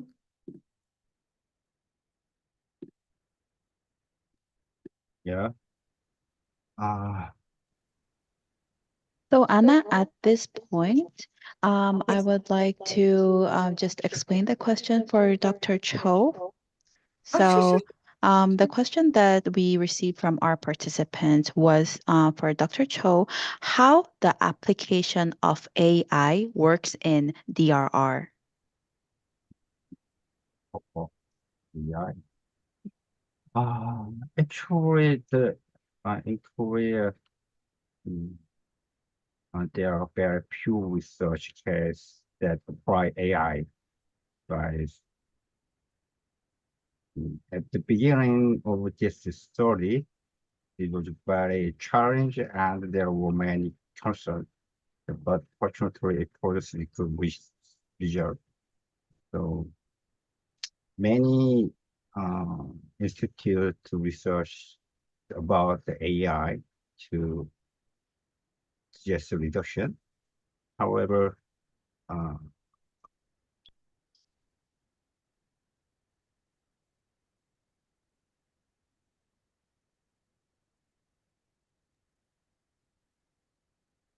Okay. Yeah. From Mr. Cho's answer, we were able to know that in terms of the AI's usage in DRR in Korea, there has not been too much research in terms of that. So one follow-up question, Mr. Cho, from our participants was, what is the NDMI's role when it comes to disaster risk reduction, especially in the context of Korea?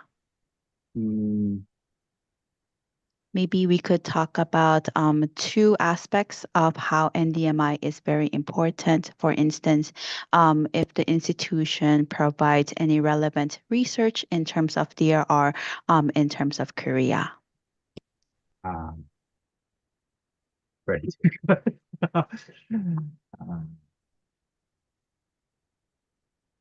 And then my role is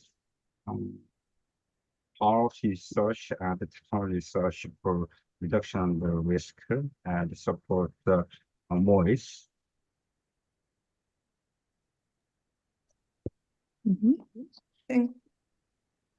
All right. Miss Kim, Helly, I need to move on because we have very little time for the Q&A, if that's fine for you. I think that is very fine for everyone. Thank you. Thank you very much. I have just last one question for Mr. Dana. Well, I don't know, you can do very short. One last question for you. You mentioned about creating smart cities and using technology in disaster risk reduction, prevention, and the post of disaster situations. There is one person wondering if there is a place for sustainable here. How can we ensure that the technologies that we are using or creating is not adding to the climate change? Yes, so thank you very much for this question also. I think issues about technologies are supposed to complement or enhance the already or address the already challenging issues we are facing.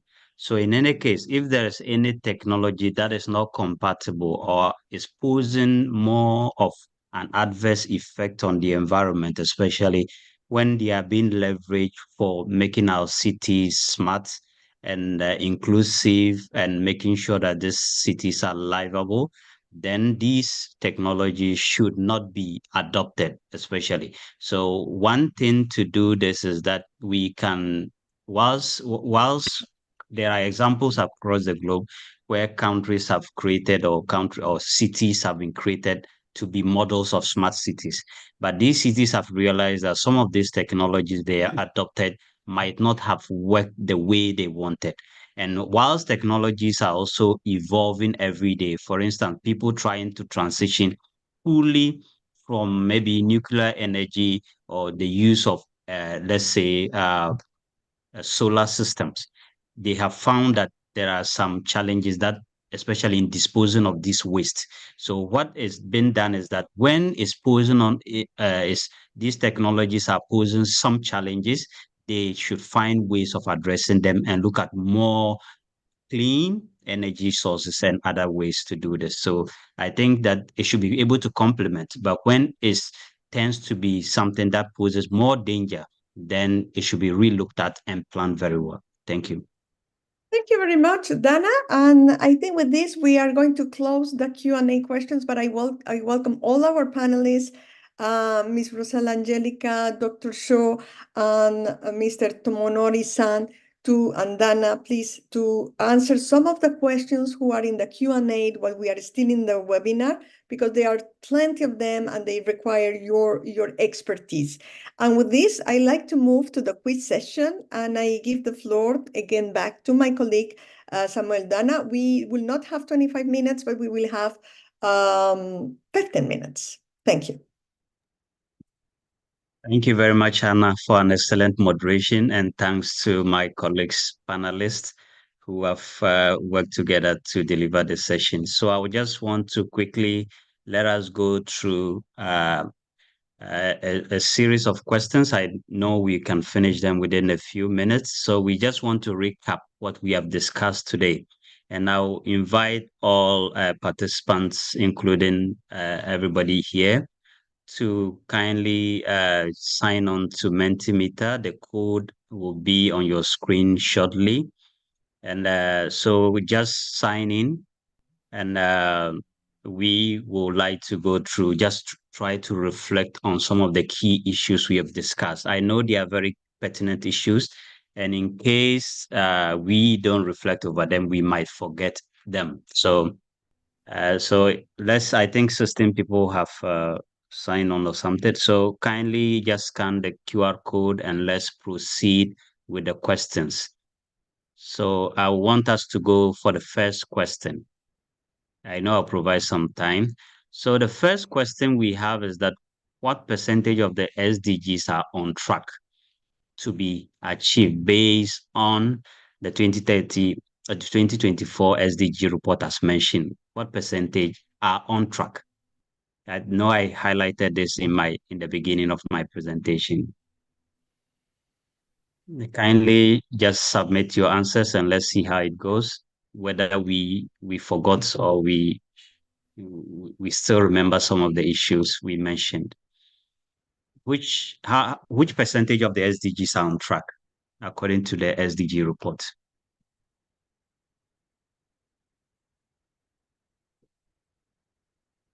Yes, you can sign on using your phone or your laptop or a second device.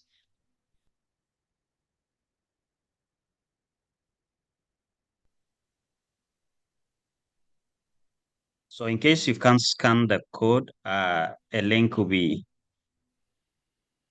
shared in the chat box.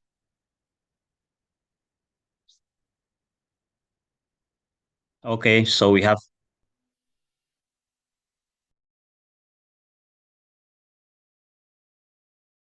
13 seconds more, then we just look at the answer together. We just want to make sure that our participants on the YouTube are also participating. That's why we're taking a bit of time.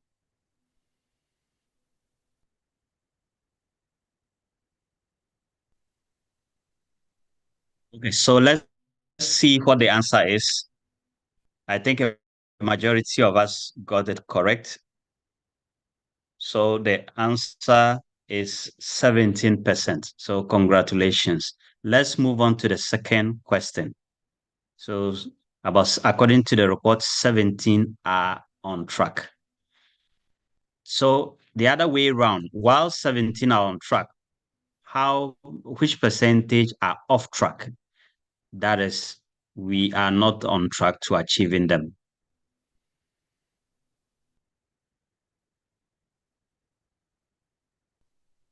According to the 2024 report of the SDGs by the UN, how many or what percentage of the SDGs are off track?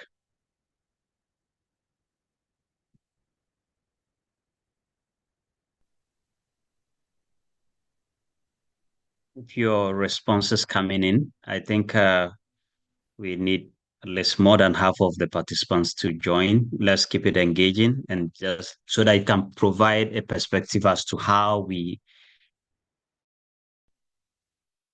that went on today.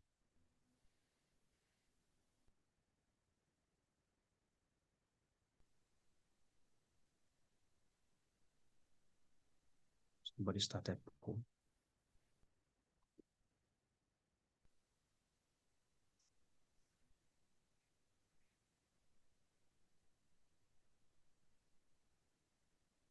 Okay. So I think I want to just see the answer since we. So the correct answer is also 17. So this time is C.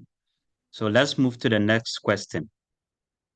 The next question is that which year has been considered the hottest year on record according to the report?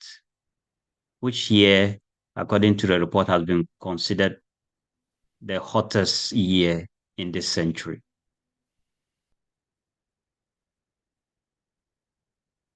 We're just trying to know this to understand that things are getting worse, and especially if nothing has been done, then we might, or the world might, the average temperatures might exceed the required limits or the carrying capacity of the globe.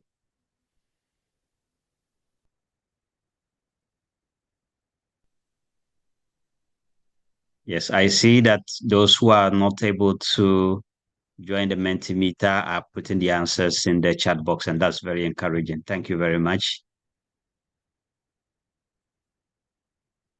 Okay, 10 seconds more so that we move to the next question.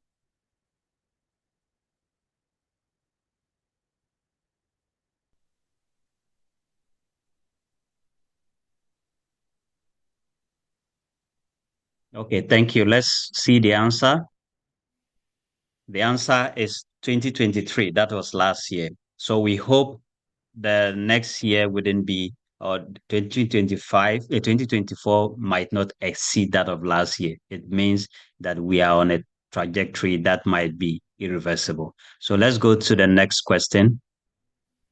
The next question is that based on the report, global progress on the SDGs is incredibly sufficient, true or false? We just want to know that its progress, according to the report, is sufficient or incredibly sufficient. Is it true or false?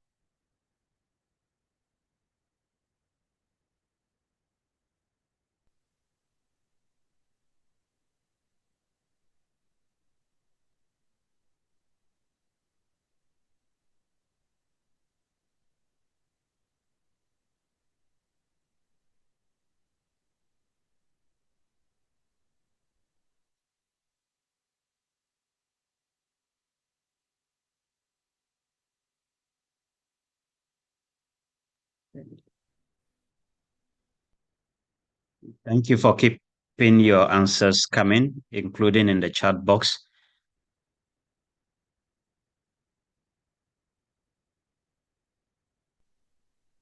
Okay, let's move.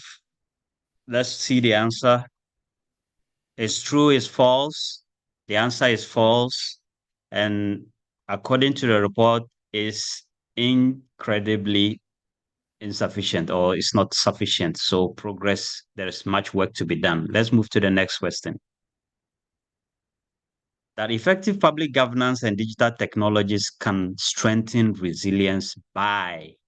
So we have A, B, C, D. So we just select how does it help? How can effective public governance and digital technologies strengthen resilience?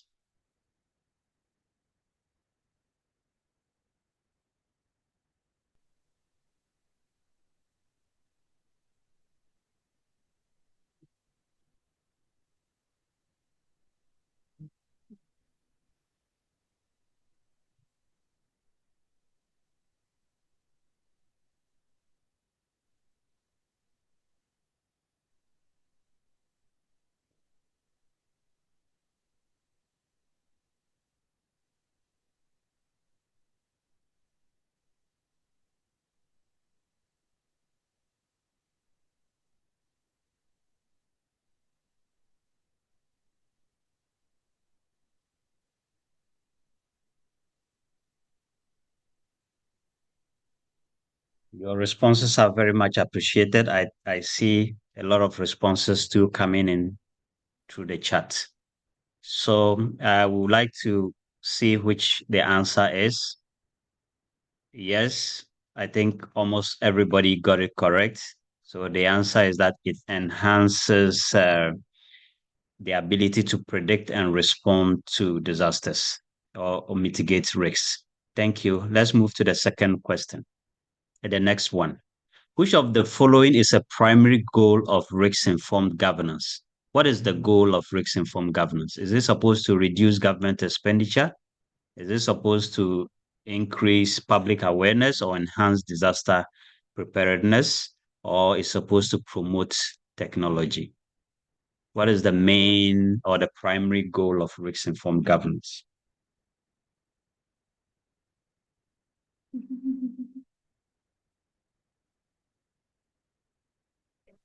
Thanks very much for your active engagement. I see a lot of responses flowing, both in the chats and also through the Mentimeter platform.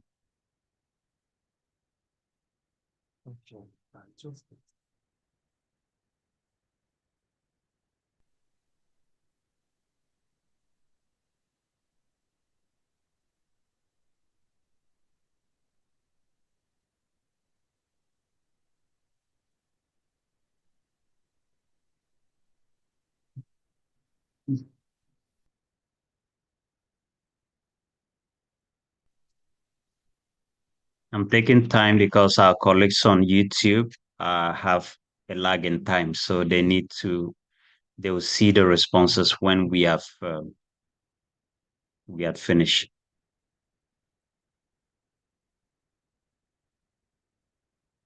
Okay, we'll be ending in 10 seconds. We will finishing this question in 10 seconds. I see this time we have other divergent views. We have about 25 taking B and a majority C, and 2 people going for D. So let's see which is the correct answer. Yes, so I think a majority of us got it. It's supposed to enhance disaster preparedness and its response. Let's go to the next question. So frontier technologies can help in disaster risk reduction by providing real-time data and analytics, by increasing bureaucratic procedures, or is it C, by reducing the need for human resources, or is it D, enhancing traditional agricultural practices? Frontier technologies are able to help in disaster risk reduction, either by A, B, C, D.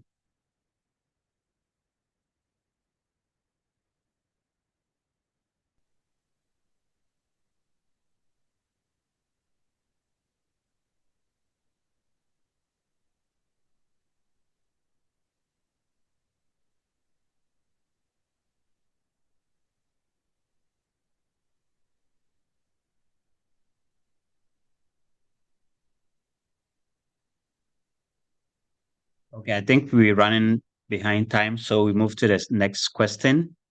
We see the answer. The answer is A. I think a majority of us got it correct. So let's move to the next question. 8. Which technology is commonly used for real-time monitoring and early warning systems in disaster management? Which of these technologies is used for early warning, real-time monitoring and early warning systems in disaster management? I think this was well captured in the presentations from Korea, Japan, and the Philippines.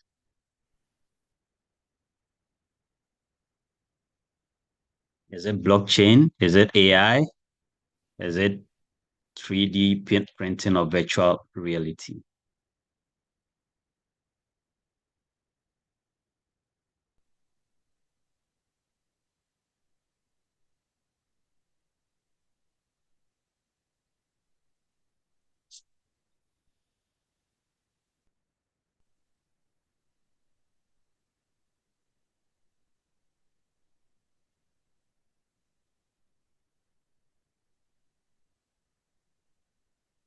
Okay, so let's see the answer. Yes, congratulations. I think it's AI, and a majority of us got it correct. So let's go to 9.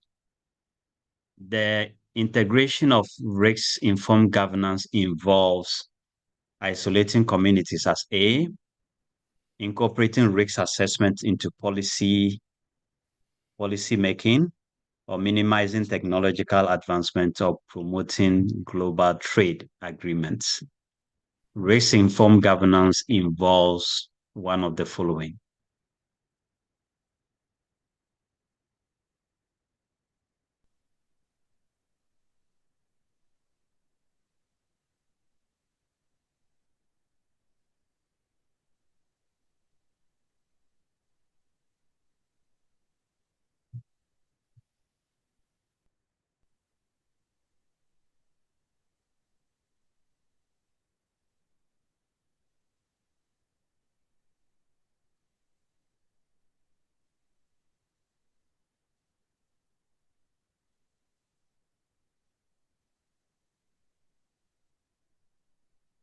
Okay, so let's move to the next question. I know we are running behind time a bit, so so the answer is B, is incorporating issues about risk assessment into policy making.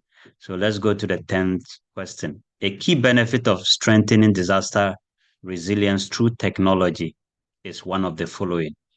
It decreases reliance on trade, or A, it makes faster response to disasters, or it reduces the need for local governance, or it increases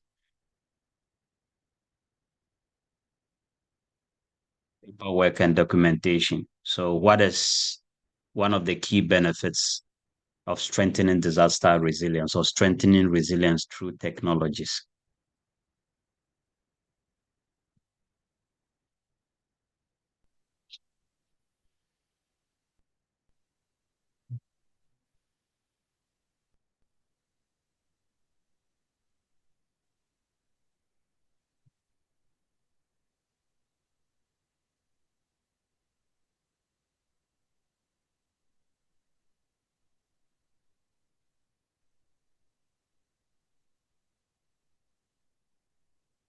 Okay, let's see what the answer is. Great. A majority of us got it correct. So let's move to the next question. In the context of disaster risk reduction, resilience refers to one of the following. Is it about preventing disasters entirely, or enhancing capacities to recover quickly from disasters? Or is it about reduction of government role in disaster management? Or is it about the promotion of tourism?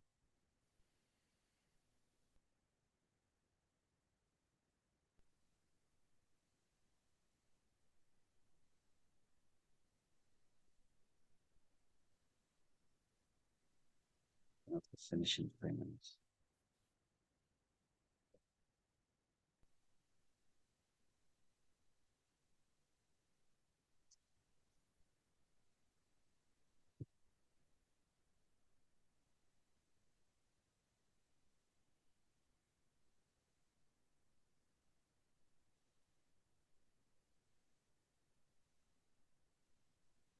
Thank you very much once again for your active engagements. So let's see what the answer is. Yes, resilience in disaster risk reduction is supposed to enhance the capacity to recover quickly from disasters. So let's see the next question. So with this, we have 4 more to go. So I just want us to go quickly so that we don't eat into our break time. So what's the significant challenge in implementing frontier technologies for DRR? I think this is one of the major questions we got from participants. They wanted to know what are the challenges developing countries are facing in implementing frontier technologies or leveraging frontier technologies. And I know that this comes to add up to us getting an idea as to some of the common challenges, or what has been one of the main challenges developing countries are facing. Yes, I like this question because it's bringing a split in our responses. the first time we really have a wider response amongst two divergent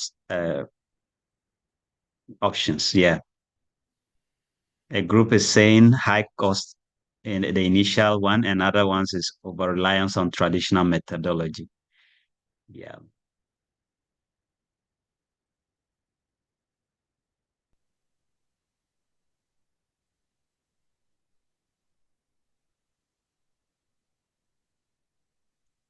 Okay, let's see what the responses. Yes, so I think this time a minority like this compared, it's A. The second one is also a big challenge, but looking at one of the significant challenges that dominates has been an issue of cost and finance. So that's why it's A. The D is also correct, but the significant one is this. So let's go to the next question. 13. We have 3 more to go. What is the primary role of early warning system in disaster risk or disaster management? What's the role of early warning system? To predict economic trends, to provide advanced information about potential disasters, and to monitor traffic conditions and to forecast political events. So we want to know if the primary goal or the purpose of adopting early warning system in disaster risk management.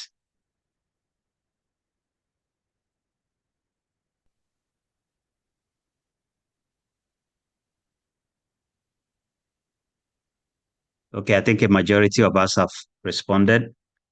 So let's see what the answer is. Great. We got is B, to provide advanced information about potential disasters. So let's go quickly to the other one. How can AI enhance the effectiveness of early warning system? I think it's related to the other one we already did.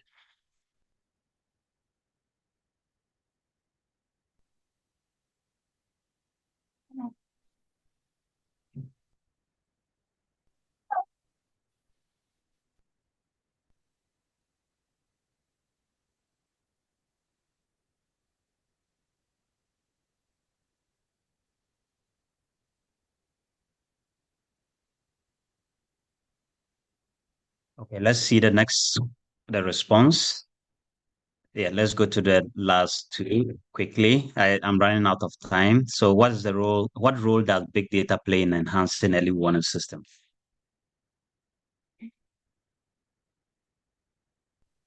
I really appreciate your active engagement, and I think largely we have all followed the discussions, and our responses show that the discussions were really well incorporated, or we took note of the key issues that were discussed. So quickly, let's see the last question. Yeah, so the response, a majority of us got it, and that's very encouraging and promising. So this is the last question. What is the significant challenge in implementing AI-driven early warning system in developing countries?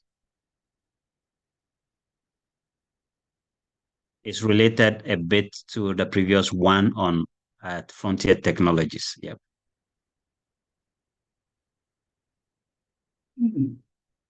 Okay, so whilst we wait to get this wrap up, I want to thank you all very much for your patience and active engagement. And I would like to hand over the mic to my colleague, Anna. Thank you very much. Thank you, Dana, for this interesting quiz. And thank you, everyone, for your engagement. I have seen your answers are very active in the chat here in Zoom, but I also was monitoring the chat in our YouTube channel. Thank you, everyone.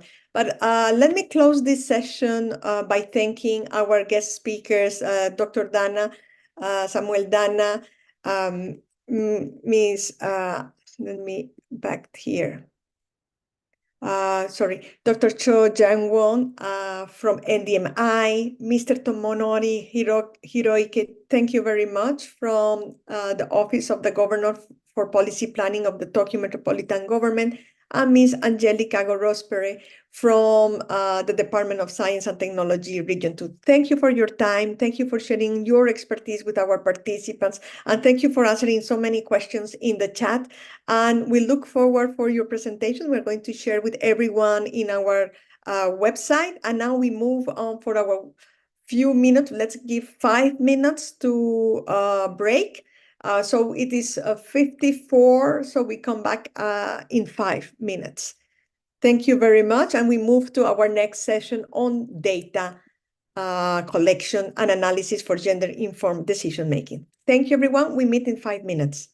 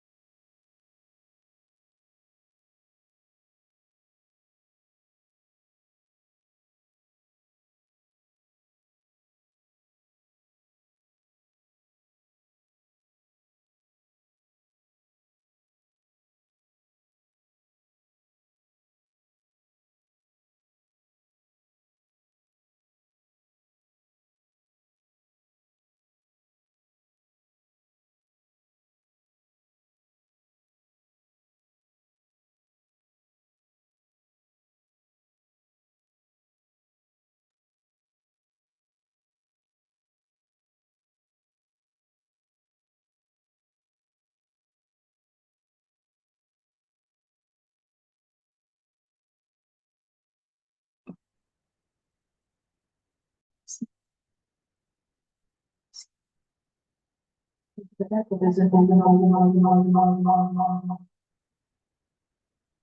morning. Hello. Good morning. Good afternoon, and good evening from Seoul, the Republic of Korea. I'm Lee.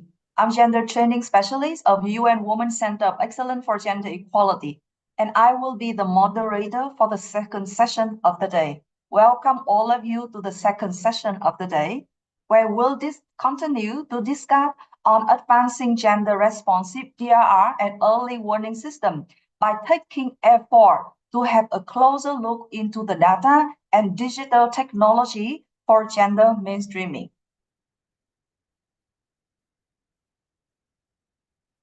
So in the afternoon session, specifically, this session will focus on the need for deeper analysis of data to better understand intersectional inequality. Harmonizing data collection within and across country is very important for crafting effective policy and promoting gender-responsive disaster risk reduction and early warning system. The importance of sex, age, and disability disaggregated data, or SAD, in advancing the participation of women and other groups in disaster risk reduction and early warning system will be discussed. And then we also introduce a gender and age marker and the experience from Nepal. So before I go to the session, let's recall some of the key messages that we learned yesterday. So from yesterday, we learned that crisis and disaster accelerate and perpetuate pre-existing gender inequality. Women, girls, and boys, and men have different needs, risks, and capacity before, during, and after disaster. Women and girls are among the most vulnerable to disaster due to the pre-existing inequality accelerate during the crisis. Women have been an uneven level of resilience and capacity in disaster and recovery. They suffer higher loss in livelihood, and their economic opportunity post-disaster are more severely impacted than men. Gender-based violence often increase following a disaster.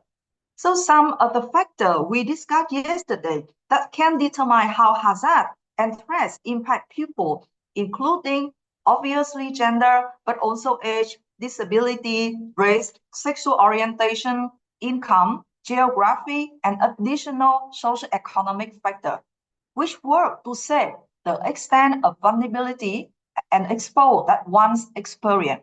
So this is very important for us to build a strong data system to understand how gender, age, disability, race, sexual orientation, income, and other factors can shape the vulnerability. So third, in this session, let's together join the discussion with two specialists of UN Women, Ungo Lee, who is the Research and Data Specialist from UN Women's Center of Excellence for Gender Equality, and Sama Fresa, Program Specialist of Humanitarian, DRR, and Climate Change. She worked for UN Women Nepal Country Office, where she also will bring the country experience to share with us. And after two presentations, we will have the Q&A and then the quiz, our quiz, which will be moderated by Won-Na Cha, our gender and climate change consultant of UN Women's Center of Excellence for Gender Equality. So with that, I would like to invite Ungo Lee to share with us on data collection and the harnessing data and digital technology to support gender statistics to advance gender responsive DRR. Please, Ungo. Thank you. Thank you so much for that introduction. Let me share my screen, and I'll just put that in the presentation mode. Are you able to see my screen? Yes, thank you. Thank you. Good afternoon, good morning, good evening, wherever you are. Thank you for giving me this opportunity to make this short presentation. For the next 10 or 15 minutes or so, I'll briefly discuss how data and digital technologies can be leveraged to monitor the progress of gender-related SDGs in the absence of official statistics. So before I dive into today's main presentation, I would like to briefly touch upon some of the thematic areas that our center focuses on. Enhancing women's economic empowerment is a priority area for us. This involves promoting ways to empower women through stable income, decent work, and economic autonomy. And climate change, disaster risk reduction, and humanitarian action, which is the topic of today's e-learning. While there is mounting evidence that climate change isn't gender neutral and that women often bear the brunt of climate and disaster-related crises, we need more data to fully understand how these issues disproportionately affect women and girls. We also strongly believe that women and girls contribute to and have a greater influence in building sustainable peace and resilience. At UN Women, we have various programs and initiatives to increase women's participation in the women, peace, and security agenda. We have seen that violence against women have worsened in recent years, including in cyberspace. We're making efforts to contribute to the development of statistical framework for measuring tech-facilitated violence against women at the global level. So, women and technology. Technology can open doors for enhanced economic livelihoods, better access to early warning information, and over disaster risk reduction, among other benefits, just to name a few. However, the use of technology may also render women and men more vulnerable to crime, online harassment, and violence. So we definitely need more research and data to understand the nexus between women and technology. We are making efforts to make women and girls visible through data. In all the thematic areas that we engage, we need more sex disaggregated data, as we can only make improvements if they are measured and monitored. So, as we all know, although we have Goal 5, SDG Goal 5, specifically dedicated to achieving gender equality is a cross-cutting objective and integral part of all 17 SDGs. But from the slide, as you can see, that SDG 5 has a total of 14 indicators, and naturally, all of them are gender-specific. However, there are not enough indicators for environment and climate-related goals, specific indicators for those goals. Specifically, there are no gender-specific indicator for Goal 6, clean water and sanitation, Goal 7, affordable and clean energy, Goal 14, life below water, and Goal 15, life on land. So we can see that the SDG indicators do not comprehensively capture the gender-environment nexus. So as an effort to increase our understanding on how women interact with environment and climate, recently UN Women published a research paper that provides empirical evidence by measuring the gendered impacts of climate change. The general analytical approach is to determine how changes in temperatures and weather patterns affect gender-related events. For example, we can ask ourselves questions such as, does the increased frequency of drought episodes, higher flood risk, changes in average rainfall levels, or shifts in relative aridity have any impact on child marriage rates, adolescent birth rates, or intimate partner violences, and so forth? So to answer these questions, we can adopt following methodologies. We can integrate some of the survey data with geospatial data. That is most of the climate and environment data are available in this format, geospatial data. So we want to integrate the survey data and the geospatial data to assess the links between climate change and gender outcomes. So many of you probably are familiar with the DHS, Demographic Health Survey. It's a household survey data, implemented by the U.S. Census Bureau. The DHS has a specific survey module on women, where we can calculate the child marriage rates, prevalence of intimate partner violence, adolescent birth rates, and other gender-related rates. using the microdata. Additionally, there are publicly available climate-related geospatial data on the web, such as average daily land surface temperature, drought episodes, aridity index, and more, as shown in the slide. So once we merge the two data sets and have an integrated data set of DHS data and geospatial covariates, we can perform further data analysis and build models, machine learning models using AI techniques to assess the impact of climate change on gender outcomes. We can use machine learning techniques like random forest to identify key variables and traditional statistical methods such as logistic regression to measure the direction of the association between gender-related outcomes and climate change-related variables. Just to show you some of the results of the data analysis that we have conducted, for Bangladesh, we observed that relative aridity seems to be relevant in assessing the risk of child marriage. As shown on the map, the black dots represent clusters with high child marriage rates. When overlaid with aridity index, we see that these black dots are clustered around the lightly shaded green areas, which indicates areas with high aridity levels. So according to the UN definition, child marriage refers to any formal or informal union between a child under the age of 18 and an adult or another child. The drivers are complex, with social cultural norms, socioeconomic status, faith, and education being the key determinants. Natural hazards such as higher level of aridity, as shown in the slide, aggravate poverty and may prompt the use of child marriage as a coping strategy for each household. In Bangladesh, agriculture is a major contributor to the GDP of that country and a key source of livelihood for a large portion of the population. For Bangladesh, economic challenges exacerbated by climate change seem to be the key drivers of child and forced marriages.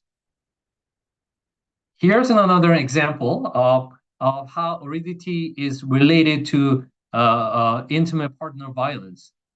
In Timor-Leste, we see a higher level of prevalence of intimate partner violence represented by the black dots, once again, in areas with high levels of aridity, represented by the lighter shades of green. So this map illustrates how infrastructure and development outcomes have significantly contributed to reducing adolescent birth rates in Cambodia. The global human footprint, which sort of is a big data that indicates the level of urbanization and is used as a proxy for the level of infrastructure development. The map shows a negative correlation between the degree of urbanization and the adolescent birth rate. So once again, the black dots represent areas with high adolescent birth rates, and the green dots represents educational facilities and hospital facilities. It is evident that in the region with a fewer green dots, there are increasing clusters of black dots, suggesting that inadequate access to education and other hospital facility potentially leads to higher adolescent birth rates. So here's another research piece that UN Women has produced that makes use of big data from online searches, social media posts, and service provider websites to gather insights on the impact of recent environmental and health crises on violence against women in the Pacific. It examines trends from June 2020 to June 2022 in Kiribati, Samoa, Solomon Islands, and Tonga. So there is mounting evidence that increased rates of violence against women are reported after natural disasters such as tsunamis, cyclones, and droughts. However, crises often disrupt conventional data collection mechanism as affected areas may become inaccessible. And face-to-face data collection may carry health and safety risks for enumerators and respondents. So, collecting vial data in particular poses significant challenges during crisis, as it is more difficult to secure the confidentiality of survivors' responses in situations of displacement or during lockdowns, as we experienced during the COVID-19. So in times of such a crisis, use of big data from online searches, social media posts can provide some important insights on recent trends. So if you're interested in the methodology and other details of this research, please refer to the publication shown in the slide, which is publicly available online. Just to show you the brief results of this publication, from June 2020 to June 22, the analysis of Google searches revealed an evidence of increased violence against women-related search behavior across Kiribati, Samoa, Solomon Islands, and Tonga, with peak periods varying by country. Here's an example of Kiribati. For Kiribati, the largest relative increase of violence against women related to search occurred during March 2021, as shown in the slide. During this time, Kiribati experienced La Nina weather patterns, which resulted in prolonged periods of dry spells. At the time, the country was at a high risk of food insecurity, given its reliance on subsistence agriculture, and this period was followed by a period of lockdown measures associated with COVID-19 crisis, with more victims confined at home, with the perpetrators, usually the husbands and intimate partners. This may have prompted more women to look up for help online. Another increase in search also took place from January to March 2022, in the middle of a nationwide 24-hour COVID-19 curfew, compounded by La Nina and drier than usual conditions, leading to eventually to a drought. And this also, being homebound, may have increased the likelihood of victims to seek help online rather than through other means. Another result that I would like to share is that regarding the types of violence, in Kiribati, the largest increase in searches related to sexual violence was noted in June 2022, when nationwide COVID-19 curfew measures overlapped with a state of emergency due to droughts. For example, during this time, the monthly volume of searches for abuse sexually increased from 30 in May 2022 to 70 in June 2022. So this research sort of like demonstrates how big data can be used to estimate violence against women trends in the absence of official statistics or when conventional data collection is not possible, such as in crisis-affected areas that may become inaccessible. This does not mean that this estimate replaces the official statistics, but it serves as a valuable proxy to estimate the trend.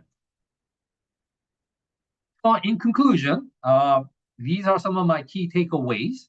The lack of comprehensive gender data hampers the creation of evidence-based policies, making it difficult to measure progress towards the SDGs.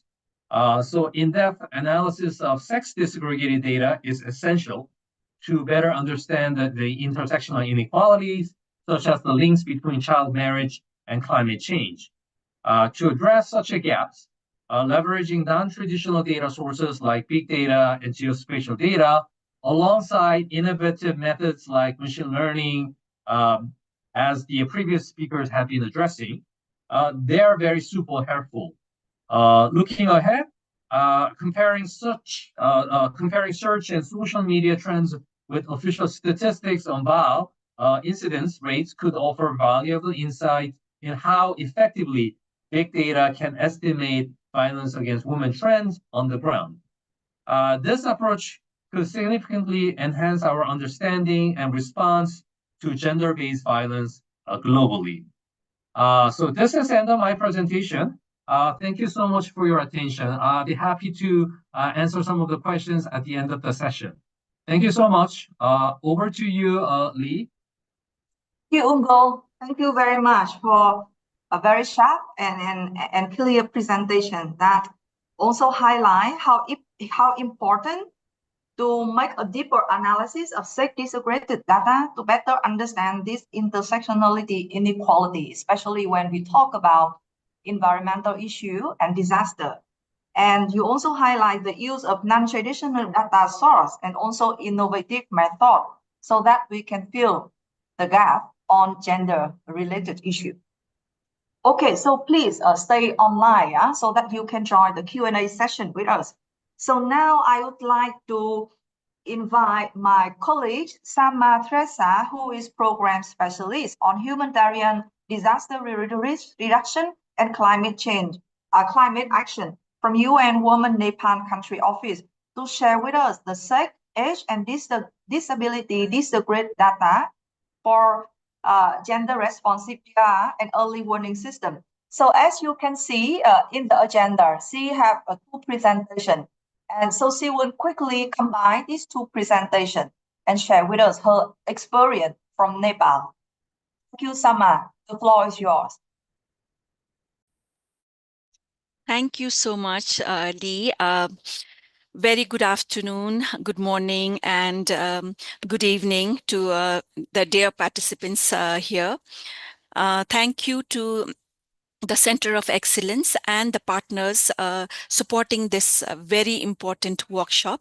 I'm very impressed the way that this workshop is going on for 3 days on such an important topic, not only for one country, but for overall country, because of the fact that disaster as well as climate risk are not only impacting only one particular location, but it is impacting and it is basically really relating to country-wise country in terms of impact-wise also. And this kind of course is really helpful.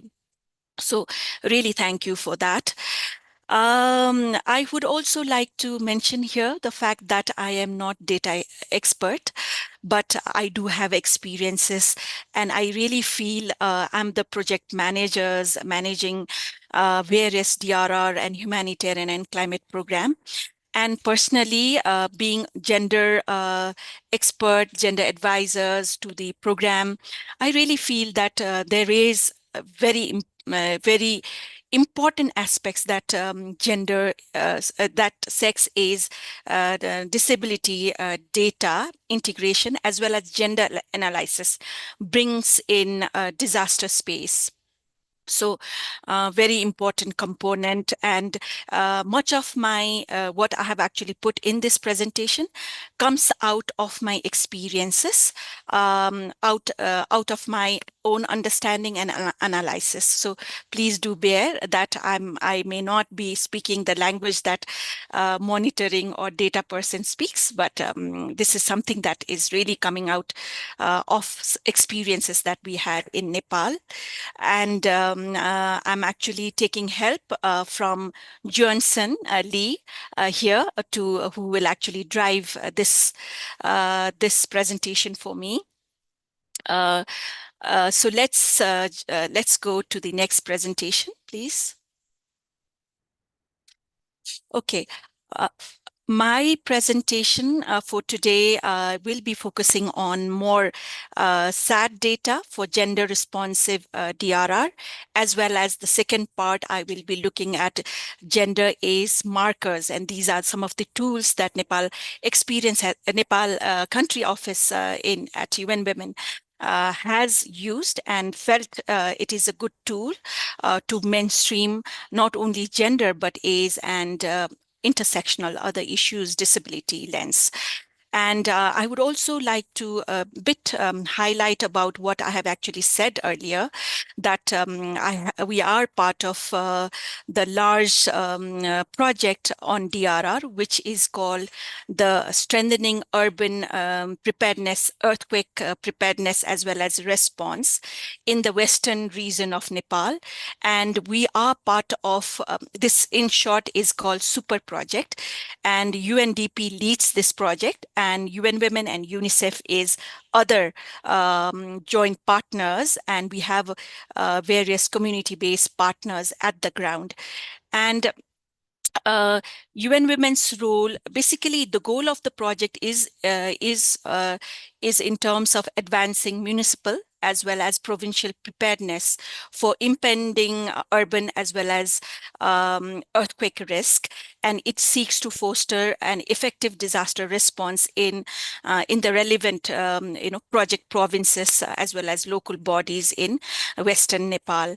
So UN Women's role in this particular project is to support from the design itself, is basically looking at providing the gender inclusion, disability, intersectionality lens throughout the project design, implementation, as well as monitoring. And where SAT data is so important in terms of really realizing the whole focus for the particular project, and I will actually come at the later part in describing it. So I have very limited time for this important discussion. The first of the session will take, I will be taking around 10 minutes, and next 10 minutes for next one. Okay, next. Next, please. Okay, we will play a short video here to explain, and so that I will have to speak less.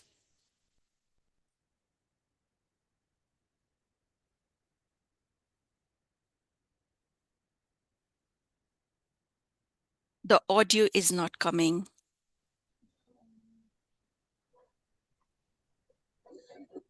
Thank you.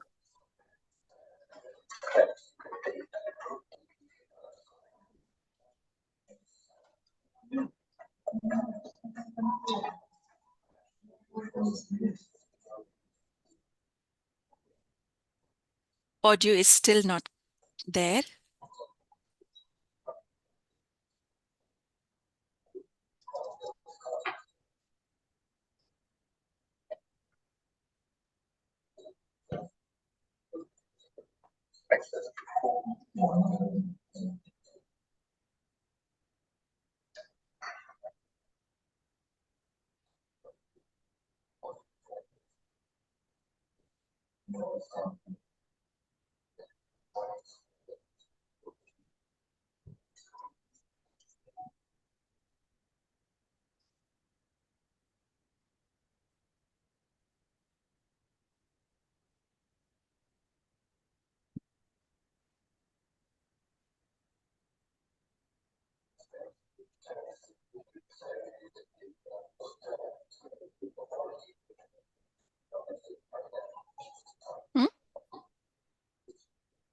तपाईले गर्नुहुन्छ?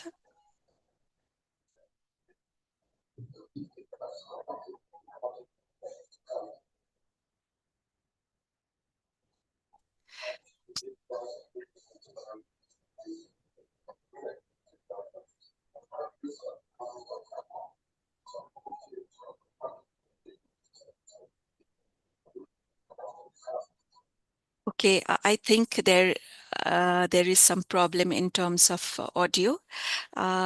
So what can be done is, like, I will leave the presentation here with audio, and the link is already there. So let's we will be able to share this presentation, share this video. Maybe we will move to the next.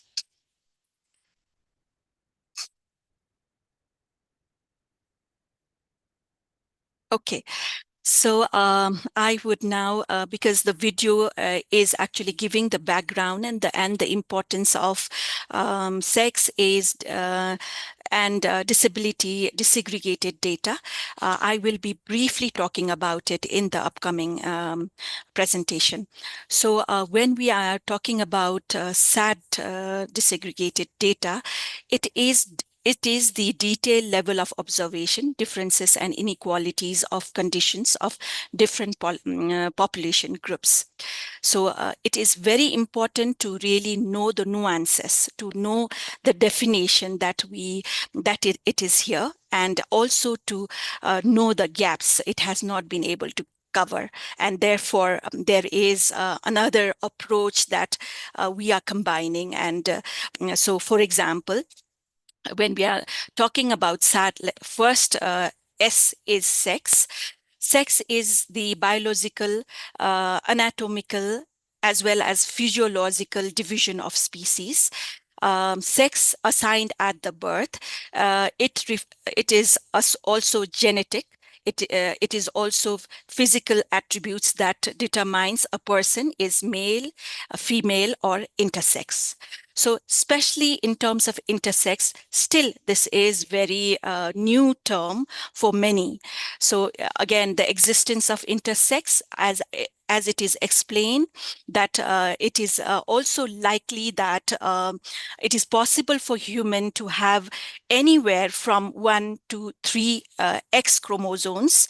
So intersex is the umbrella term that is being described for this variation. Another important component is ACE, but before that, I would like to really reflect is when we are actually mentioning sex disaggregated data. This is the data that is collected and presented separately on males and females. And as I've said, intersex is again a new term that is being developed. It allows for the measurement of differences between women and men on various social and economic dimensions, but does not guarantee that concepts, definition, as well as methods used in the data production are conceived to reflect gender roles. For example, gender relations, inequalities in the society. Therefore, sex disaggregated data alone is not enough to consider the gender and data, which that considers as gender data. So there is another approaches that needs to be clubbed together, which I will be speaking. So in terms of A's variation, and I've actually shown the references below, Sendai Framework Monitor specifies A's and it categorizes the A's in a different category, which I will not be explaining, but there is also another important like Convention on Child Rights, which also categorized in a different manner. For Nepal, I have actually, for our DRR program, I picked up this as a recommendation for Nepal because it actually aligns to our policies. So, so collecting data A's-wise also becomes very important, and these are the A's categories, and these categories can be included in different level of context while you are actually looking for data. It can be in the participants list. It can be looked at in the location where you are actually doing the program implementation in different ways. So another important variable which is covered by SAD is disability.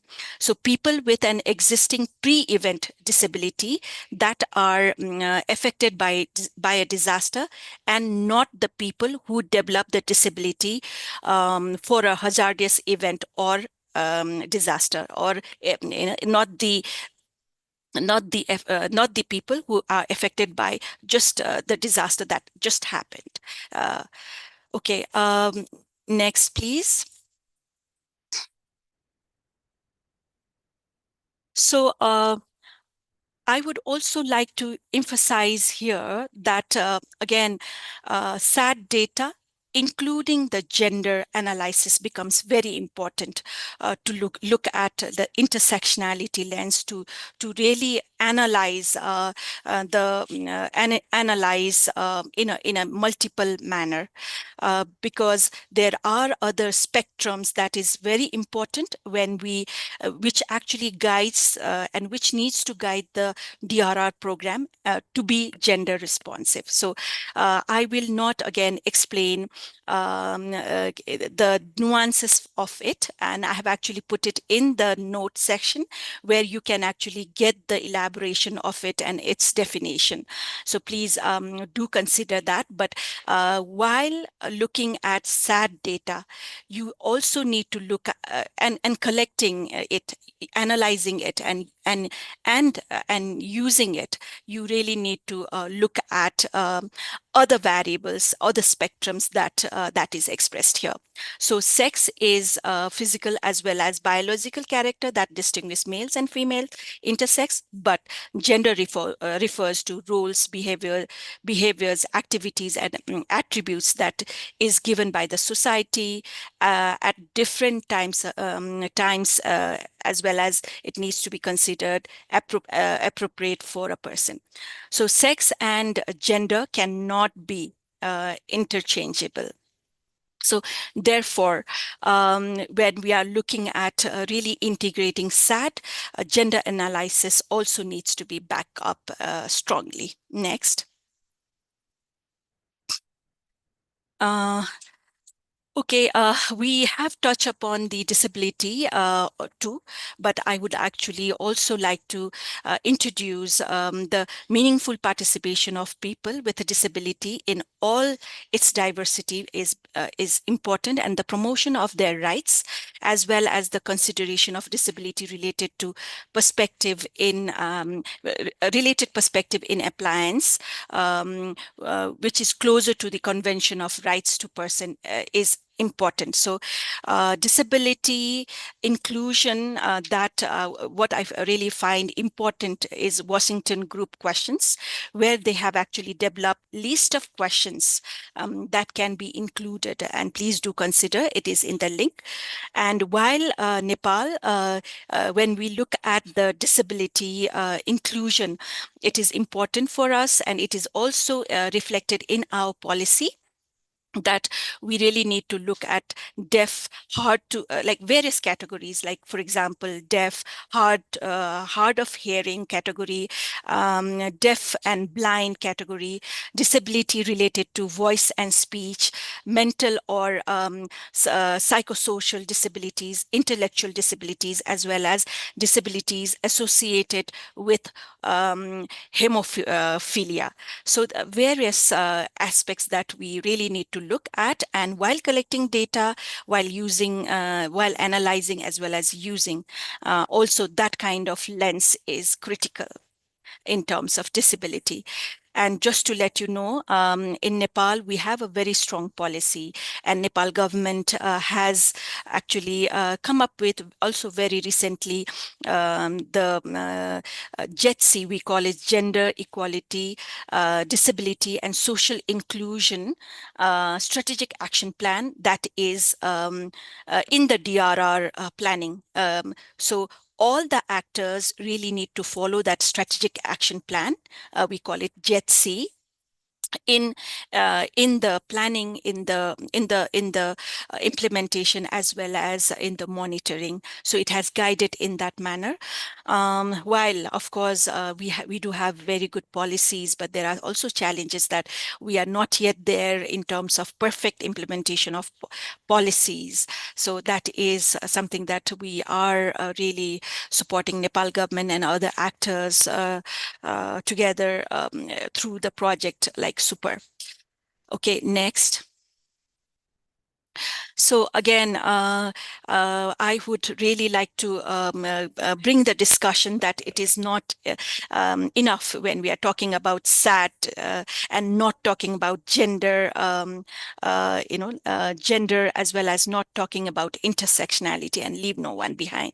So various intersectionality lens looks at recognizing that people's lives are not shaped by their only like identity relationship. There are various other social factors that really impacts it. So looking from the intersectionality lens again becomes important. And when we are looking, when we are taking the SAT data, when we are analyzing it, all these lenses really needs to be coming very straight. So a whole level of intersectionality is explained in such a way that we live in a very complex world. No one factor is associated from other factors. So so other identifying factors like religion as well as race, sexual orientation intersects with gender. So interaction between gender, sexuality, race, social economic status, as well as ability and other characters of social differences is very important. And this is where intersectionality lens is coming. And this again needs to be very much reflected and analyzed. Next. And I have actually put all the important links so that you can actually click that and go into detail of it. So why SAT is important? By now, I think much of the discussion has already been revealed that SAT is an important way of looking at how women, girls, men and boys, as well as LGBTIQ and other vulnerable groups, person with disabilities. So vulnerable groups are actually identified in the particular locations. It can be based as in terms of local, like local bodies, as well as province or district level or country level. So there is the variation there. So I am actually putting some of the vulnerable group that applies to Nepal, as Nepal is very vulnerable to both various disaster hazards as well as climate risk. And knowing who are vulnerable becomes very important, and how they are being impacted becomes very important. And the SAT collection of SAT data, if it is done properly, it would actually help us look at differential data, a differential impact on all these categories. It will also help in terms of addressing the knowledge gap and specific vulnerability experiences.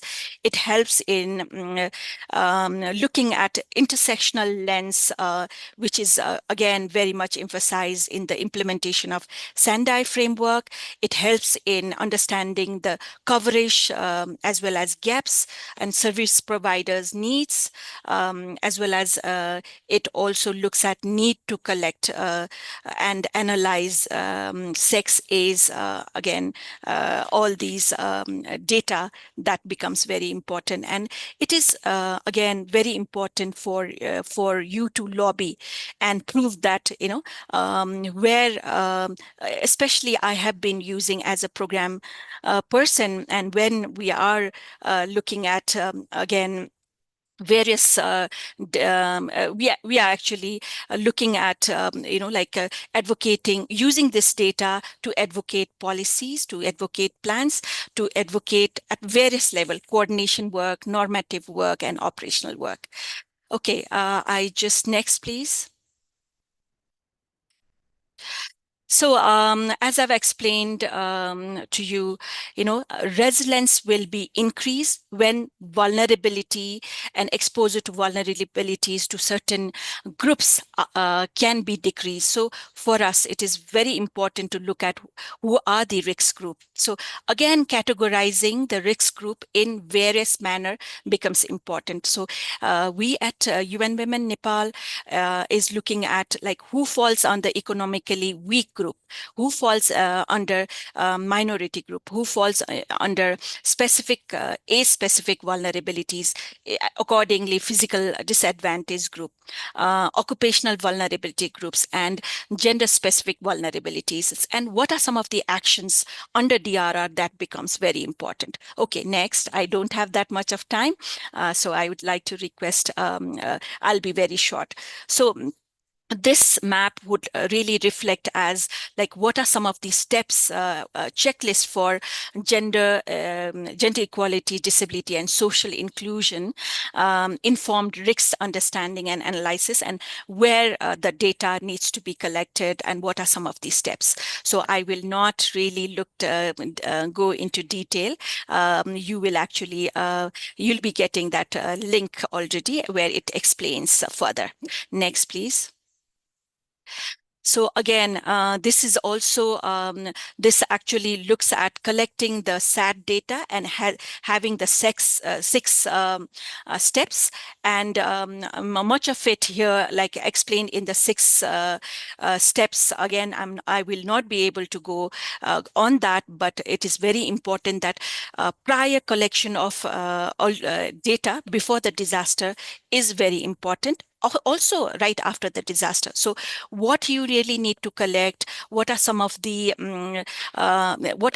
approaches that that is critical in doing all these steps has been actually included in the note section. Please go through it. So quantitative data, qualitative data is very important, looking at from the lens of what has not been covered by these qualitative and quantitative, which is really underlying social norms, gender discriminatory practices, various sexual and exploitation, abuse, and harassment are not really seen, and it really need to have a very deeper analysis, because as you know, it is very relevant to the disaster data, because in every disaster, Nepal is seeing increased level of trafficking, increased level of displacement that is very vulnerable, increased level of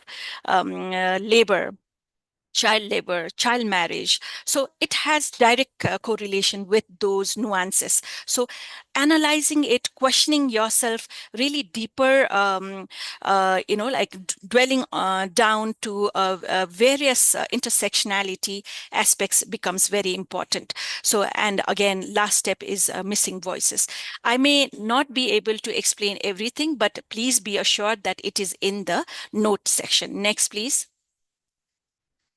Okay, these are some of the ways that UN Women in Nepal is collecting data, and we are also reporting, and we are helping other disaster key stakeholders like UNDP, UNICEF, as well as provincial government, local government, to help them in actually coming up with various sex, age, disability data, including gender analysis. So that has become very important, and it has actually informed us in multiple ways to strengthen the gender and inclusion data. Okay, next, please. This is some of the example that, how if done very properly, how data would be able to influence the decisions. And this kind of data is really looking at, the gaps in early warning programming, where even though efforts has gone to establish the early warning system, but then 0.5% or almost 51% of women are not receiving that early warning messages, because their way of receiving messages is different. So next. and this is how, we have been really lobbying the early warning stakeholders to bring in,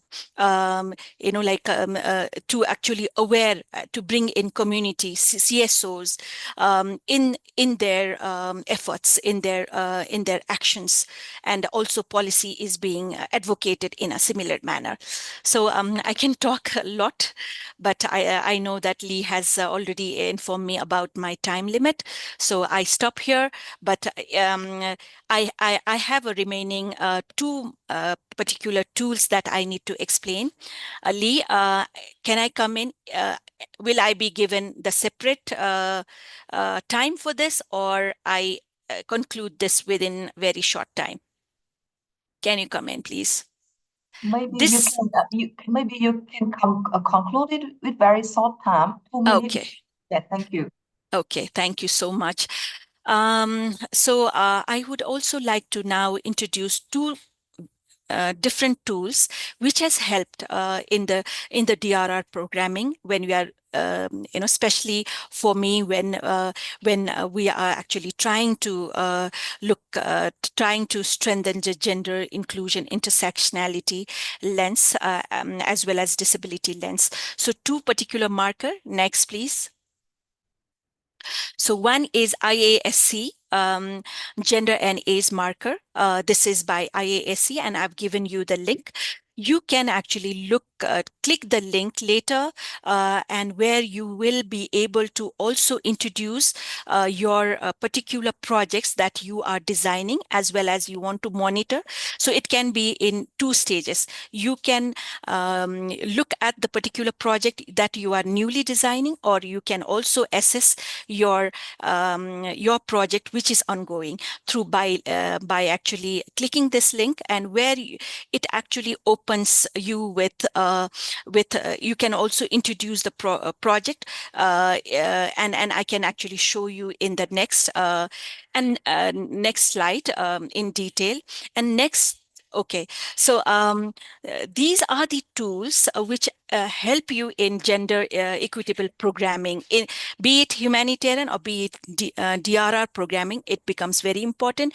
It will help you really strengthen your gender analysis, strengthen the planning, strengthen the implementation, as well as monitoring plans that you have included in the projects through gender, age, and disability variables. So, and it also looks at various gender groups and how basically these can be used by various stakeholders and in various different occasions while you are designing the strategic planning. If you are in the cluster, designing the cluster plan, as well as humanitarian need plans, as well as response plans, various other. So I would really feel that if all the donors would really standardize that, they standardize these markers as one of the mandatory for submitting the proposal, new designs, as well as in the monitoring, it would have been very good. Many donors have already started, and I have included one that is already introduced by EcoHip. So next, I'll be very short, Lee. Just 1 minute.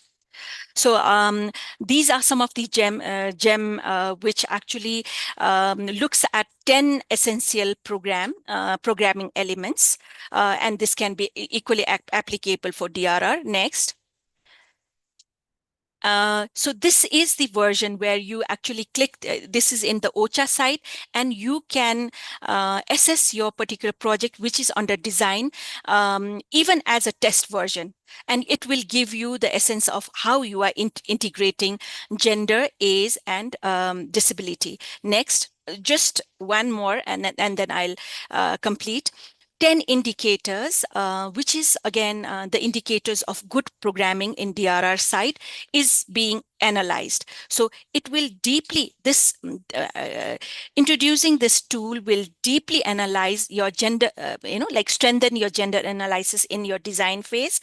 It will help you tailor tailored activity for the tailored activity that is gender responsive, age responsive, as well as disability responsive. It actually helps you influence the beneficiaries and the voices of beneficiaries, bringing feedbacks and complaints from them, and really supporting two-way communication.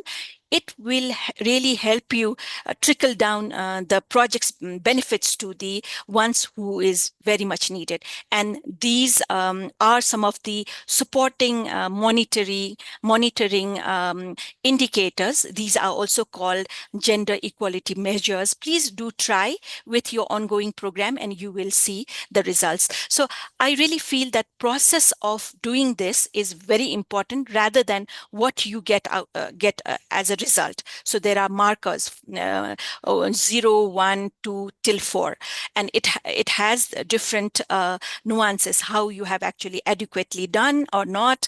So I really encourage that process and going through each and every questions and adding your design and your monitoring projects nuances is very important. And please, this will help you really mainstream gender, age, and disability. Not only that, whole of the gender analysis will become very important in your design, and which could be now a selling topic for all the design. So I stop here. And the presentation is there for you. I'm sorry I have not been able to cover well, but briefly, I have actually gone through it, and I'll wait for the questions. Thank you. Thank you, Saman. Thank you for quickly runner to understand the SAT and also introduce very practical tool so that we can in-depth understanding about gender equality measure and different steps. And for your information that I am watching all the comment box, and they say that most of the participants have very positive feedback on your presentation. They say it's very insightful presentation, and I'm sure many of them like it very much. Okay, so distinguished participant, what we are going to do now is that we will go to the Q&A session. I know that you have, so first, thank you very much for giving us a lot of questions for Ungo and Sama. And what we found, many of you already give us the question in advance, so it was very helpful for us in understanding your concern about this topic. So we have quite limited time. So first, I would like to invite Ungo and Sama to have your camera on so that we can engage with the question from the participant. So first, I would like to share two key issues from the participant to Ungo. The first question is that how can data and digital technology support gender inclusive disaster management? And secondly, can you share any successful case study where digital technology significantly improve gender equality outcome, and what metric was used to measure this impact? Over to you, Ungo. Please be short. Thank you. Yes, thank you very much for this very interesting question. So as I highlighted in my presentation, we need more data to understand that that the connection between women and environment, disaster risk reduction. Sadly, we don't have much sufficient data to understand this, right? But we know that from other studies that women bear the brunt of taking care of the family during disaster, and evidence shows that women and girls are exposed to greater risk than men in post-disaster refugee camps. And there's just, rising in evidences just to get that. But we definitely need more data. But thanks to the advancement of technology, data collection efforts in this area is increasing as we gather more data. I know, for example, that the UN agencies such as UNEP, ADB, they are partnering with a technology company here in Korea. I know this one example, to leverage satellite technology to address critical climate-related challenges by building a mobile early warning system. So this technology harnesses data from geostationary orbit satellites and employing sophisticated algorithms to forecast climate risks such as heavy rainfall, flooding, landslides, and wildfires. So I know one already in Cambodia. I know that the system is in place where the users just need to download this application. Then they will forecast it whenever there's a climate change events, a severe rainfall or heat waves. It will automatically send a message through the smartphones. So the app delivers guidance, alerts on adaptation solutions, and code of conduct, and this will also produce sex disaggregate data, and this will help us to understand the differential gender impacts of various severe climate change related events. And through this data, we could have a consultation with the government to inform them to formulate a climate resilient policy to tackle the situation. Hope this answers. Thank you very much. Go for sharing very practical experience responding to the question from the participant. Now I go to Sama. So there are a lot of questions on SAT and the marker that introduced to us.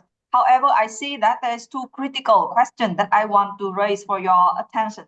So first, how are recent advancements in SAT technology and methodology being leveraged to develop more effective gender-responsive DRR and early warning system?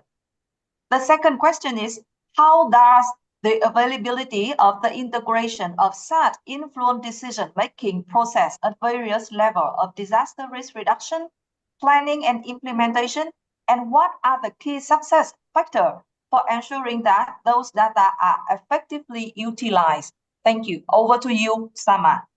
Thank you, Lee, for these great questions. I hope I'll be doing justice to by answering.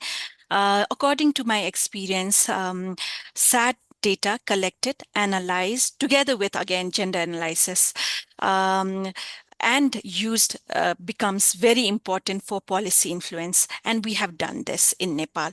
So earlier, whole of the policy of DRR was very gender inclusion blind. So over the time, we can actually see the differences.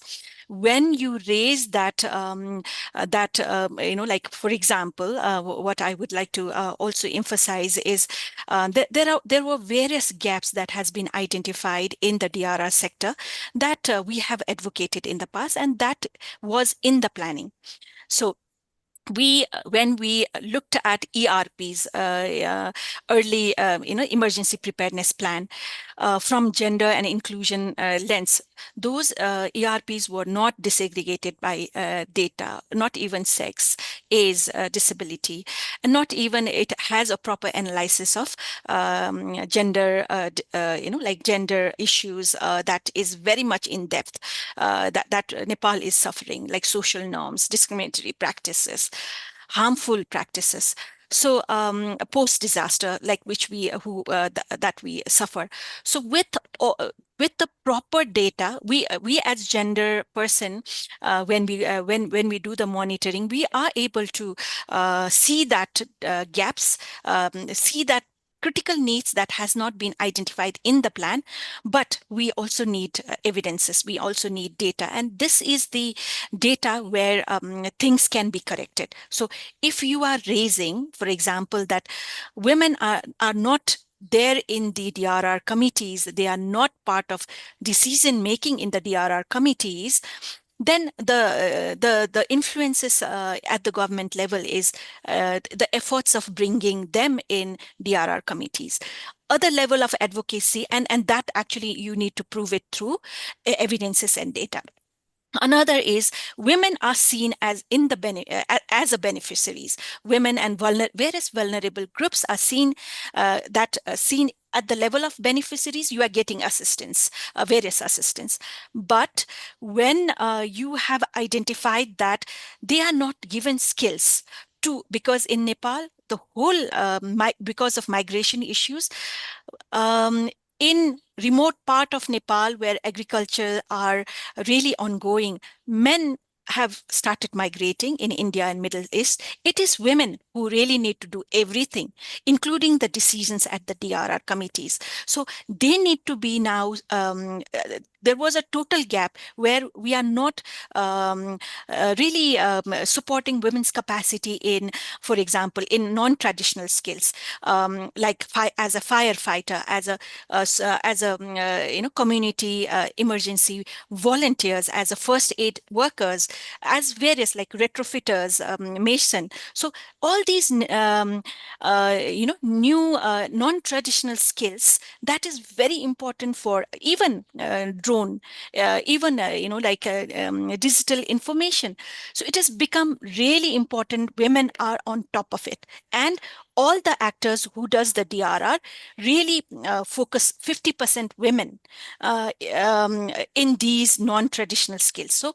So when you identify through the data and gender analysis, you will also be able to influence planning, in this manner. So we have done it in Nepal in various ways. But again, this is also to say that we really need a collaborated effort, because I've seen a lot of advances in the digital space, in the technology space that is in the worldwide. Now, how do we together work to club it between countries and really share that understanding and skills?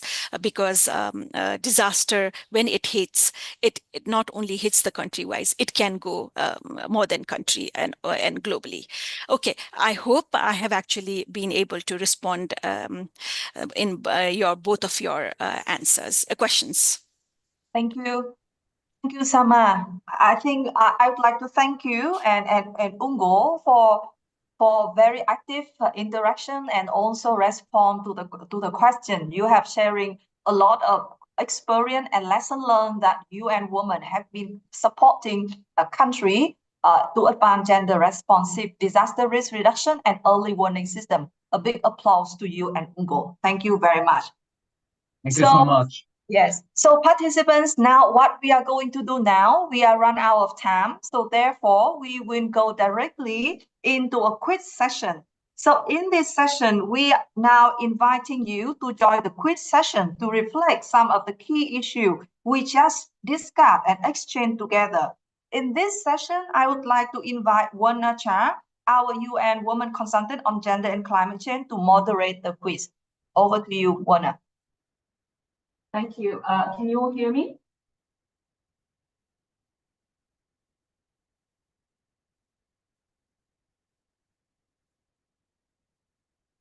Okay, thank you very much. Again, once and for all, thank you very much for Sama and Bungu for the great presentation.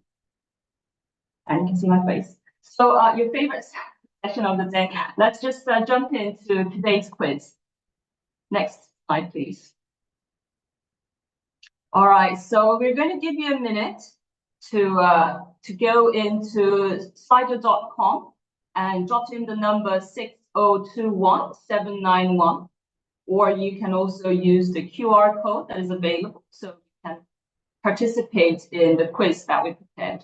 We've got 15 questions, no, sorry, actually 12 questions in all to go through in 25 minutes. So hopefully we can stretch our muscles and do the quiz at the same time.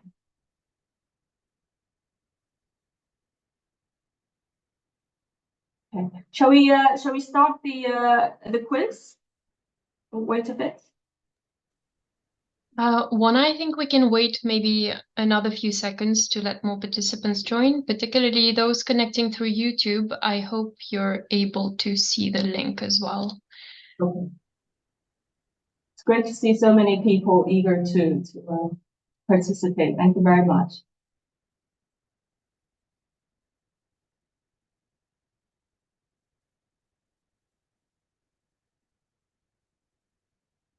The code is 6021791. You can go to slido.com and add in the numbers, or you can also scan your cell phone on the QR code that's been provided. You can also look into the webinar chatting screen, and there is the link where you can click and join.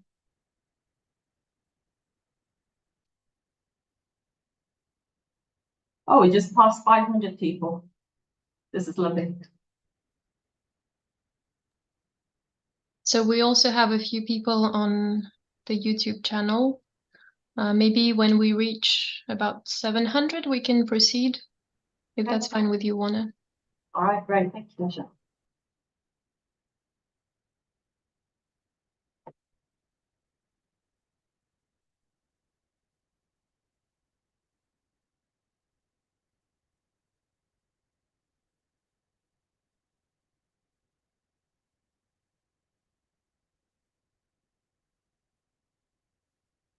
We just passed the 600 mark.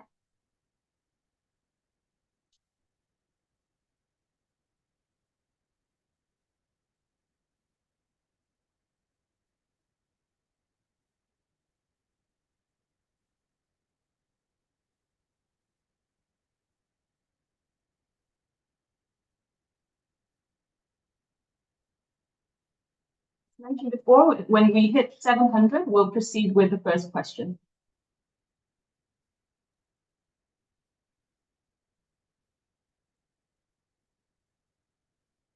It's like watching my option, 642, 644.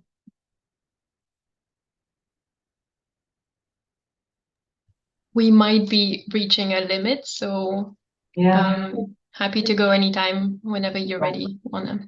650. Okay, we'll actually proceed, Dasha, if that's all right with you. But we still see a few more people coming in, but yeah, let's go for it. All right, so we're going to give you a whole minute to read the question. Why is it, and the options, why is it crucial to incorporate sex, age, and disability disaggregated data in disaster risk reduction and early warning systems? The options are a bit long, so I'll give you ample time to read.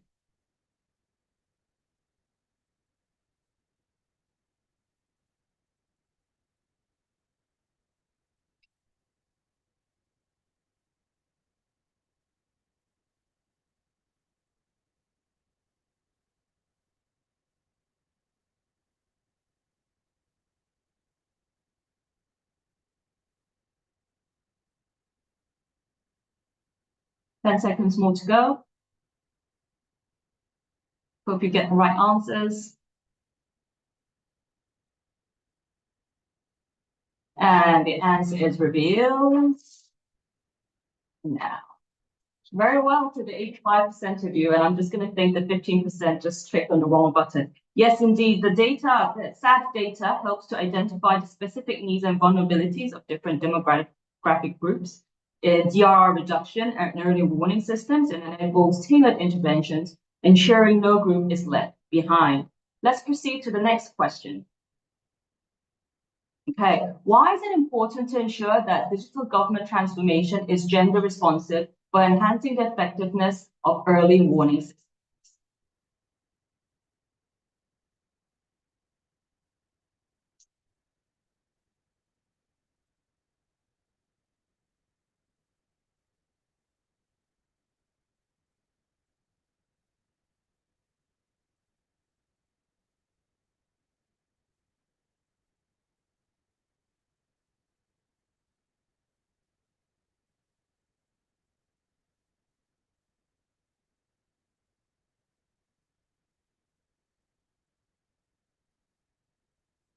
Twenty seconds more to go.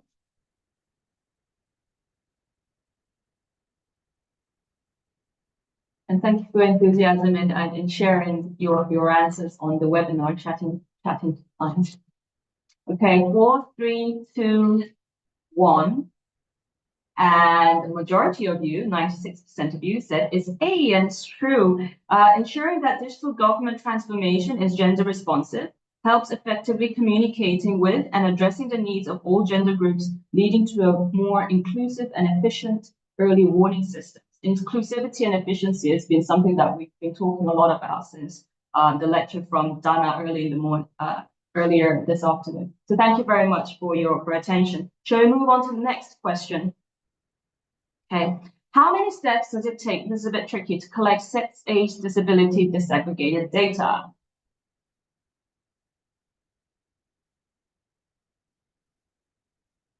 For those who are asking for the link, if you go to slido.com, slido.com, and put in the number 6021791, you can join the quiz.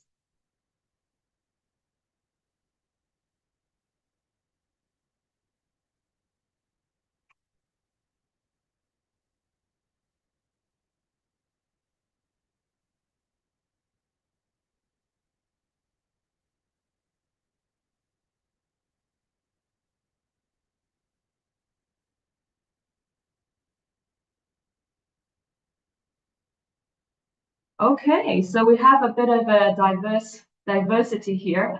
Well, the truth is the correct answer is D, 6. And so it was step 1, disaggregated quantitative data. Step 2, qualitative data. 3, inequality data. 4, critical questions. Step 5, intermediary outreach. And 6, missing voices. So it's quite a number of steps that you need to go ahead. Those who have been with us, you can get the presentation slides, and you can check out the illustration that shows that there's steps that you need to take to collect the SADDD. All right, so let's move on to the next question. True or false? Resilient communities with a focus on gender inclusivity are not considered within Sustainable Development Goal 11. Is it true or false?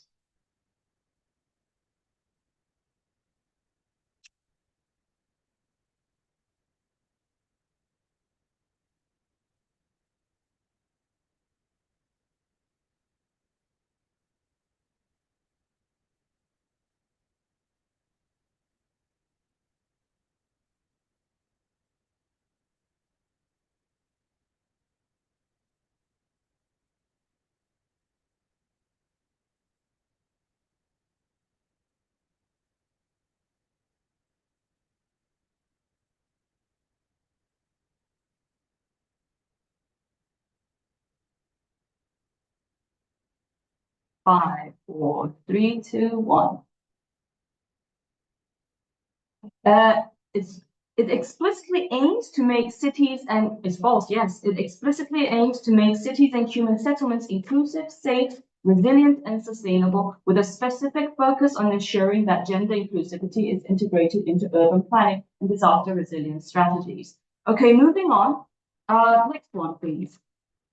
True or false? Effective public governance and digital technologies can reduce vulnerability and strengthen resilience by addressing the needs of all genders. Should we look into that one?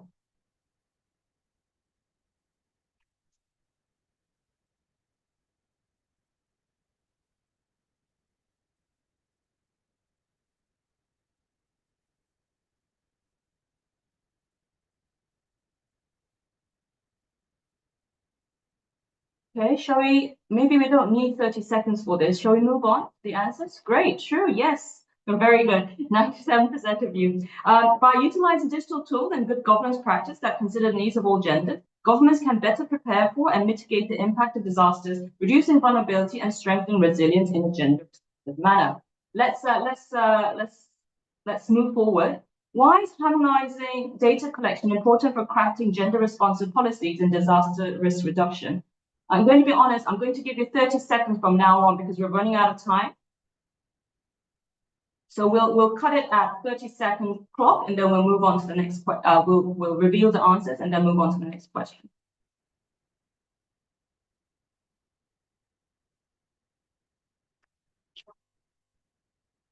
Okay, 4, 3, 2, 1.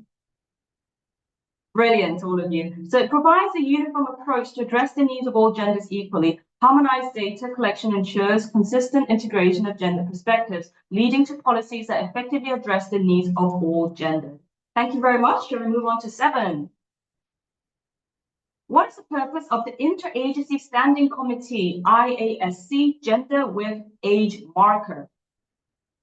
I'll give another 30 seconds for this. Thank you.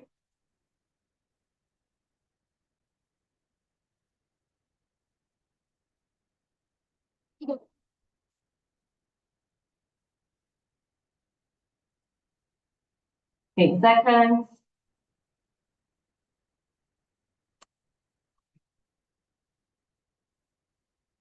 All right, very good. See looks into the extent to which essential program actions address gender and age-related differences in humanitarian response.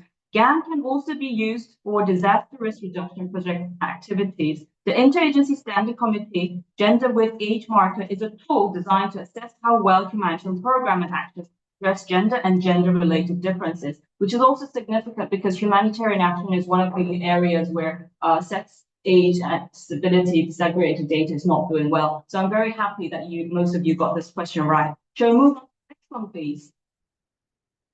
What is the significance of using SAD for gender-informed decision-making in disaster risk management? 30 seconds for this one too, thank you.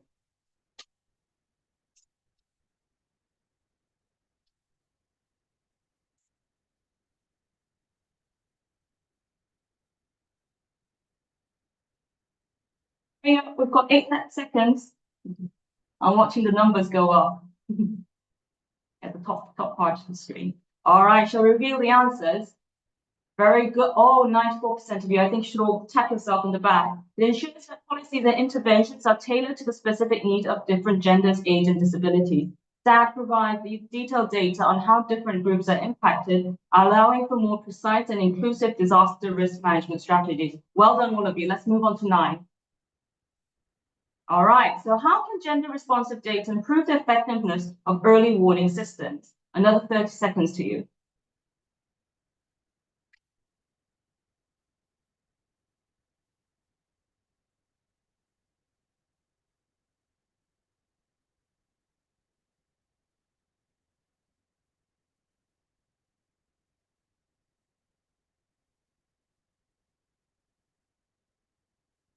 Four, 3, 2, 1. Brilliant. Yes, I think you all learned something today, so I'm really proud of you. I'm not going to repeat the comments because I feel as if I'm repeating myself. So let's move on. Let's chop on to number 10. What role does data analysis play in promoting gender equality within disaster risk reduction strategies? Another 30 seconds.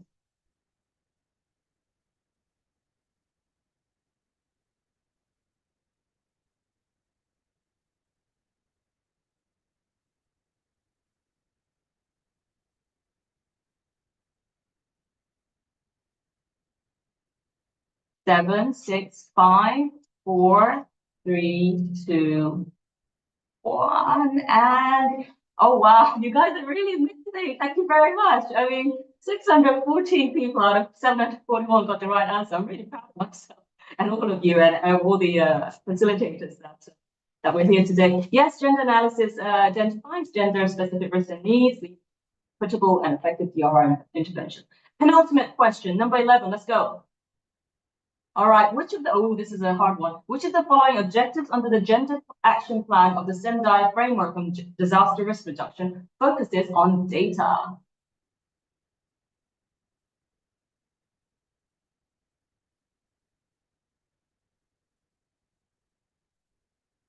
Chop, we've got 10 seconds to go. And there was some asking, but the question, your correct answers does not affect your certificate, so don't worry about getting the answers wrong.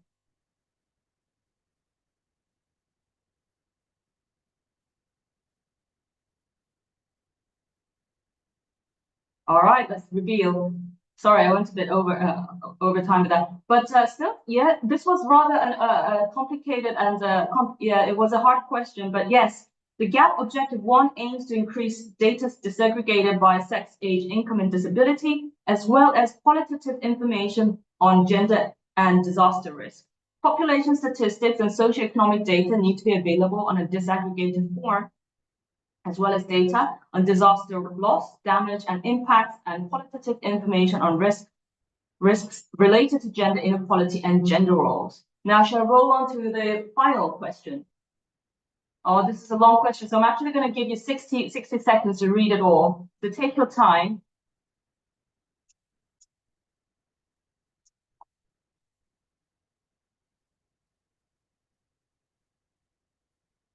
Thank you, Ali, for posting the question on the webinar chatting channel. And for this question, I'll give you the full minute because I think the question is very long and complicated.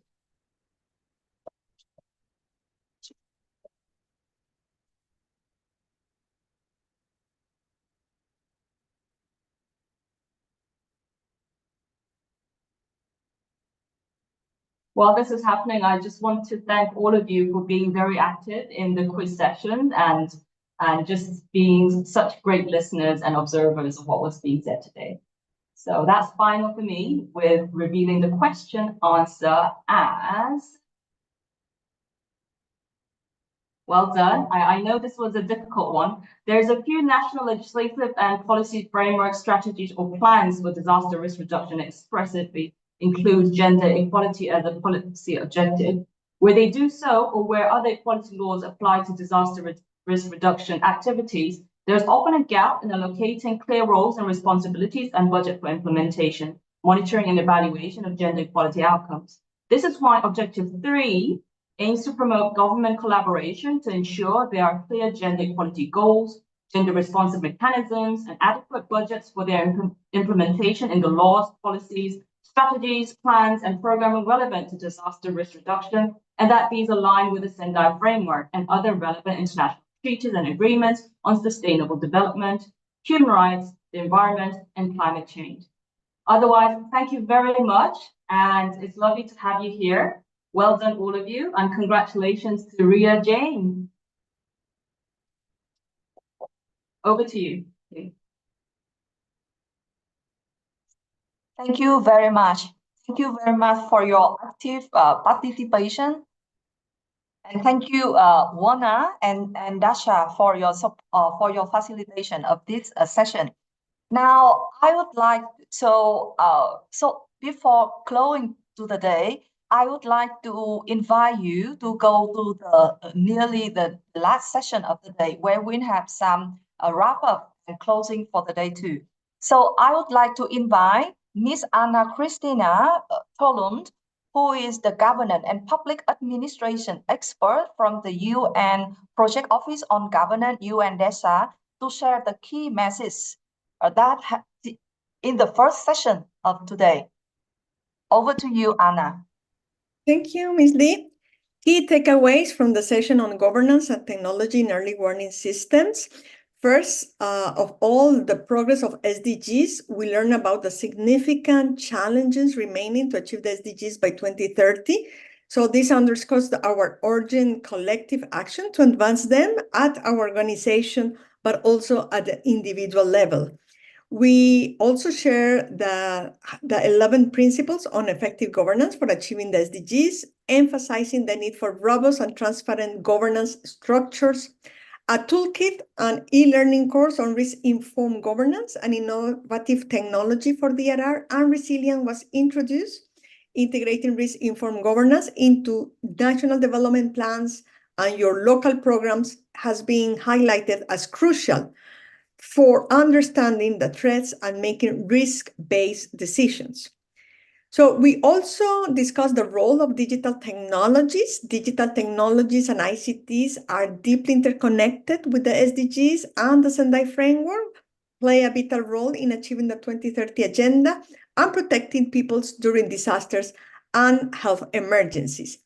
There was also a call for policy reform for innovation. So government policies and processes must be updated to adapt to new innovative technologies and ensure that they can effectively address modern challenges. Few points of specific presentations and cases. The Philippines shift from risk to resilience.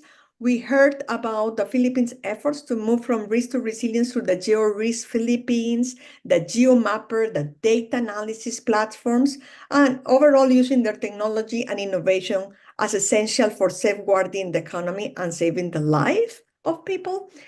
Innovation in floods management. We heard about experiences from Korea. NDMI highlighted the need for urban-specific methods to manage intensive rainfall and urban floodings. So they share with us the new model applications based on data processing and also the use of ultrasonic sensors for flood measures. And we close the day with the session with the Tokyo Resilience Project, which aims to improve safety and security in the city for 100 years. So focusing on the typhoons, flood risk, and also landslides.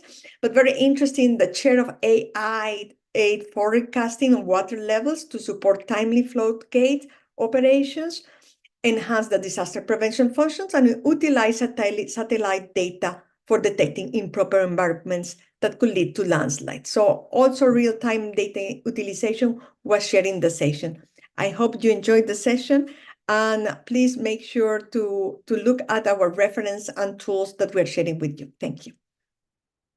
Thank you. Thank you, Anna. So from my side, UN Woman, of course, there is many takeaway messages that you can note in your note today. From our side, we want to share with you two key messages.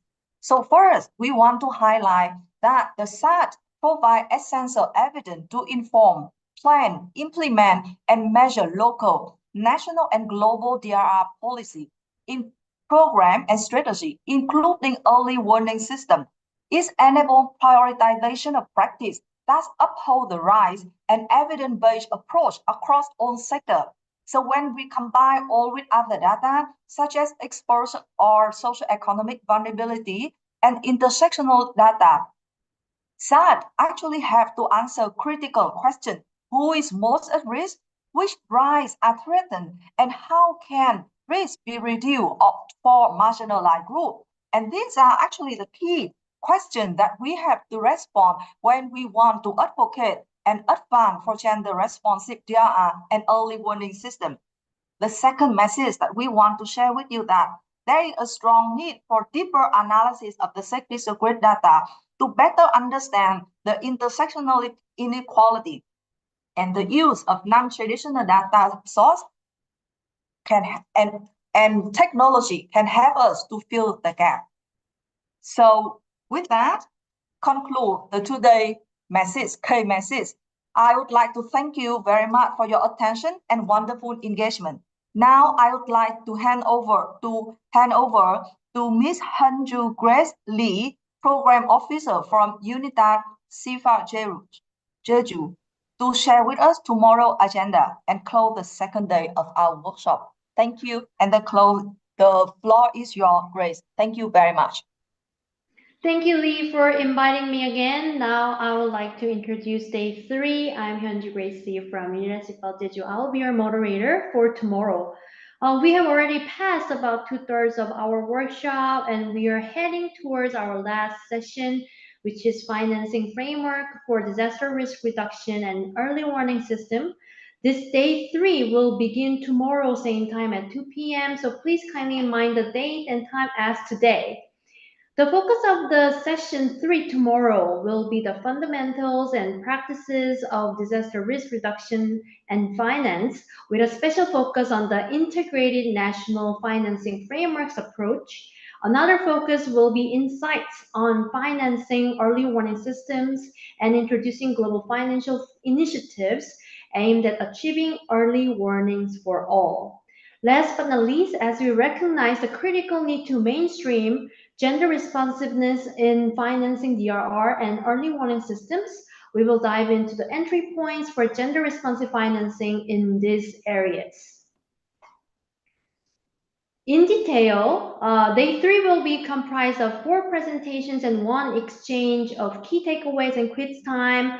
For this session, we invite a group of renowned experts for you. The first lecture will be kindly delivered by Dr. Yanis Bergsdorf of UNDESA, Financing for Sustainable Development Office, and Dr. Sayel Cortes of UNDRR. It will be followed by the lecture prepared by Mr. John Harding at the Cruise Secretariat World Meteorological Organization. After the break, Ms. Lee and Ms. Korote from UN Women will guide participants through financing gender-responsive disaster risk reduction and early warning systems. We will invite Mr. Sanjaya Bhatia from UNDR ONEA and Getty for the closing remark. Kindly be noted that presentation slides from our lecturers until today who agreed to share with us were uploaded to the workshop sharing folder, so please kindly check that, and the link will be valid until this month. And one more time, do not forget to do your day 2 attendance check, and here is QR code, and the link is being shared in the chat box by our dear colleagues, so don't forget to check. And once again, thank you very much for your active participation and enthusiasm shown for day 2. See you tomorrow, and the second day of this workshop is now adjourned. Thank you. Thank you.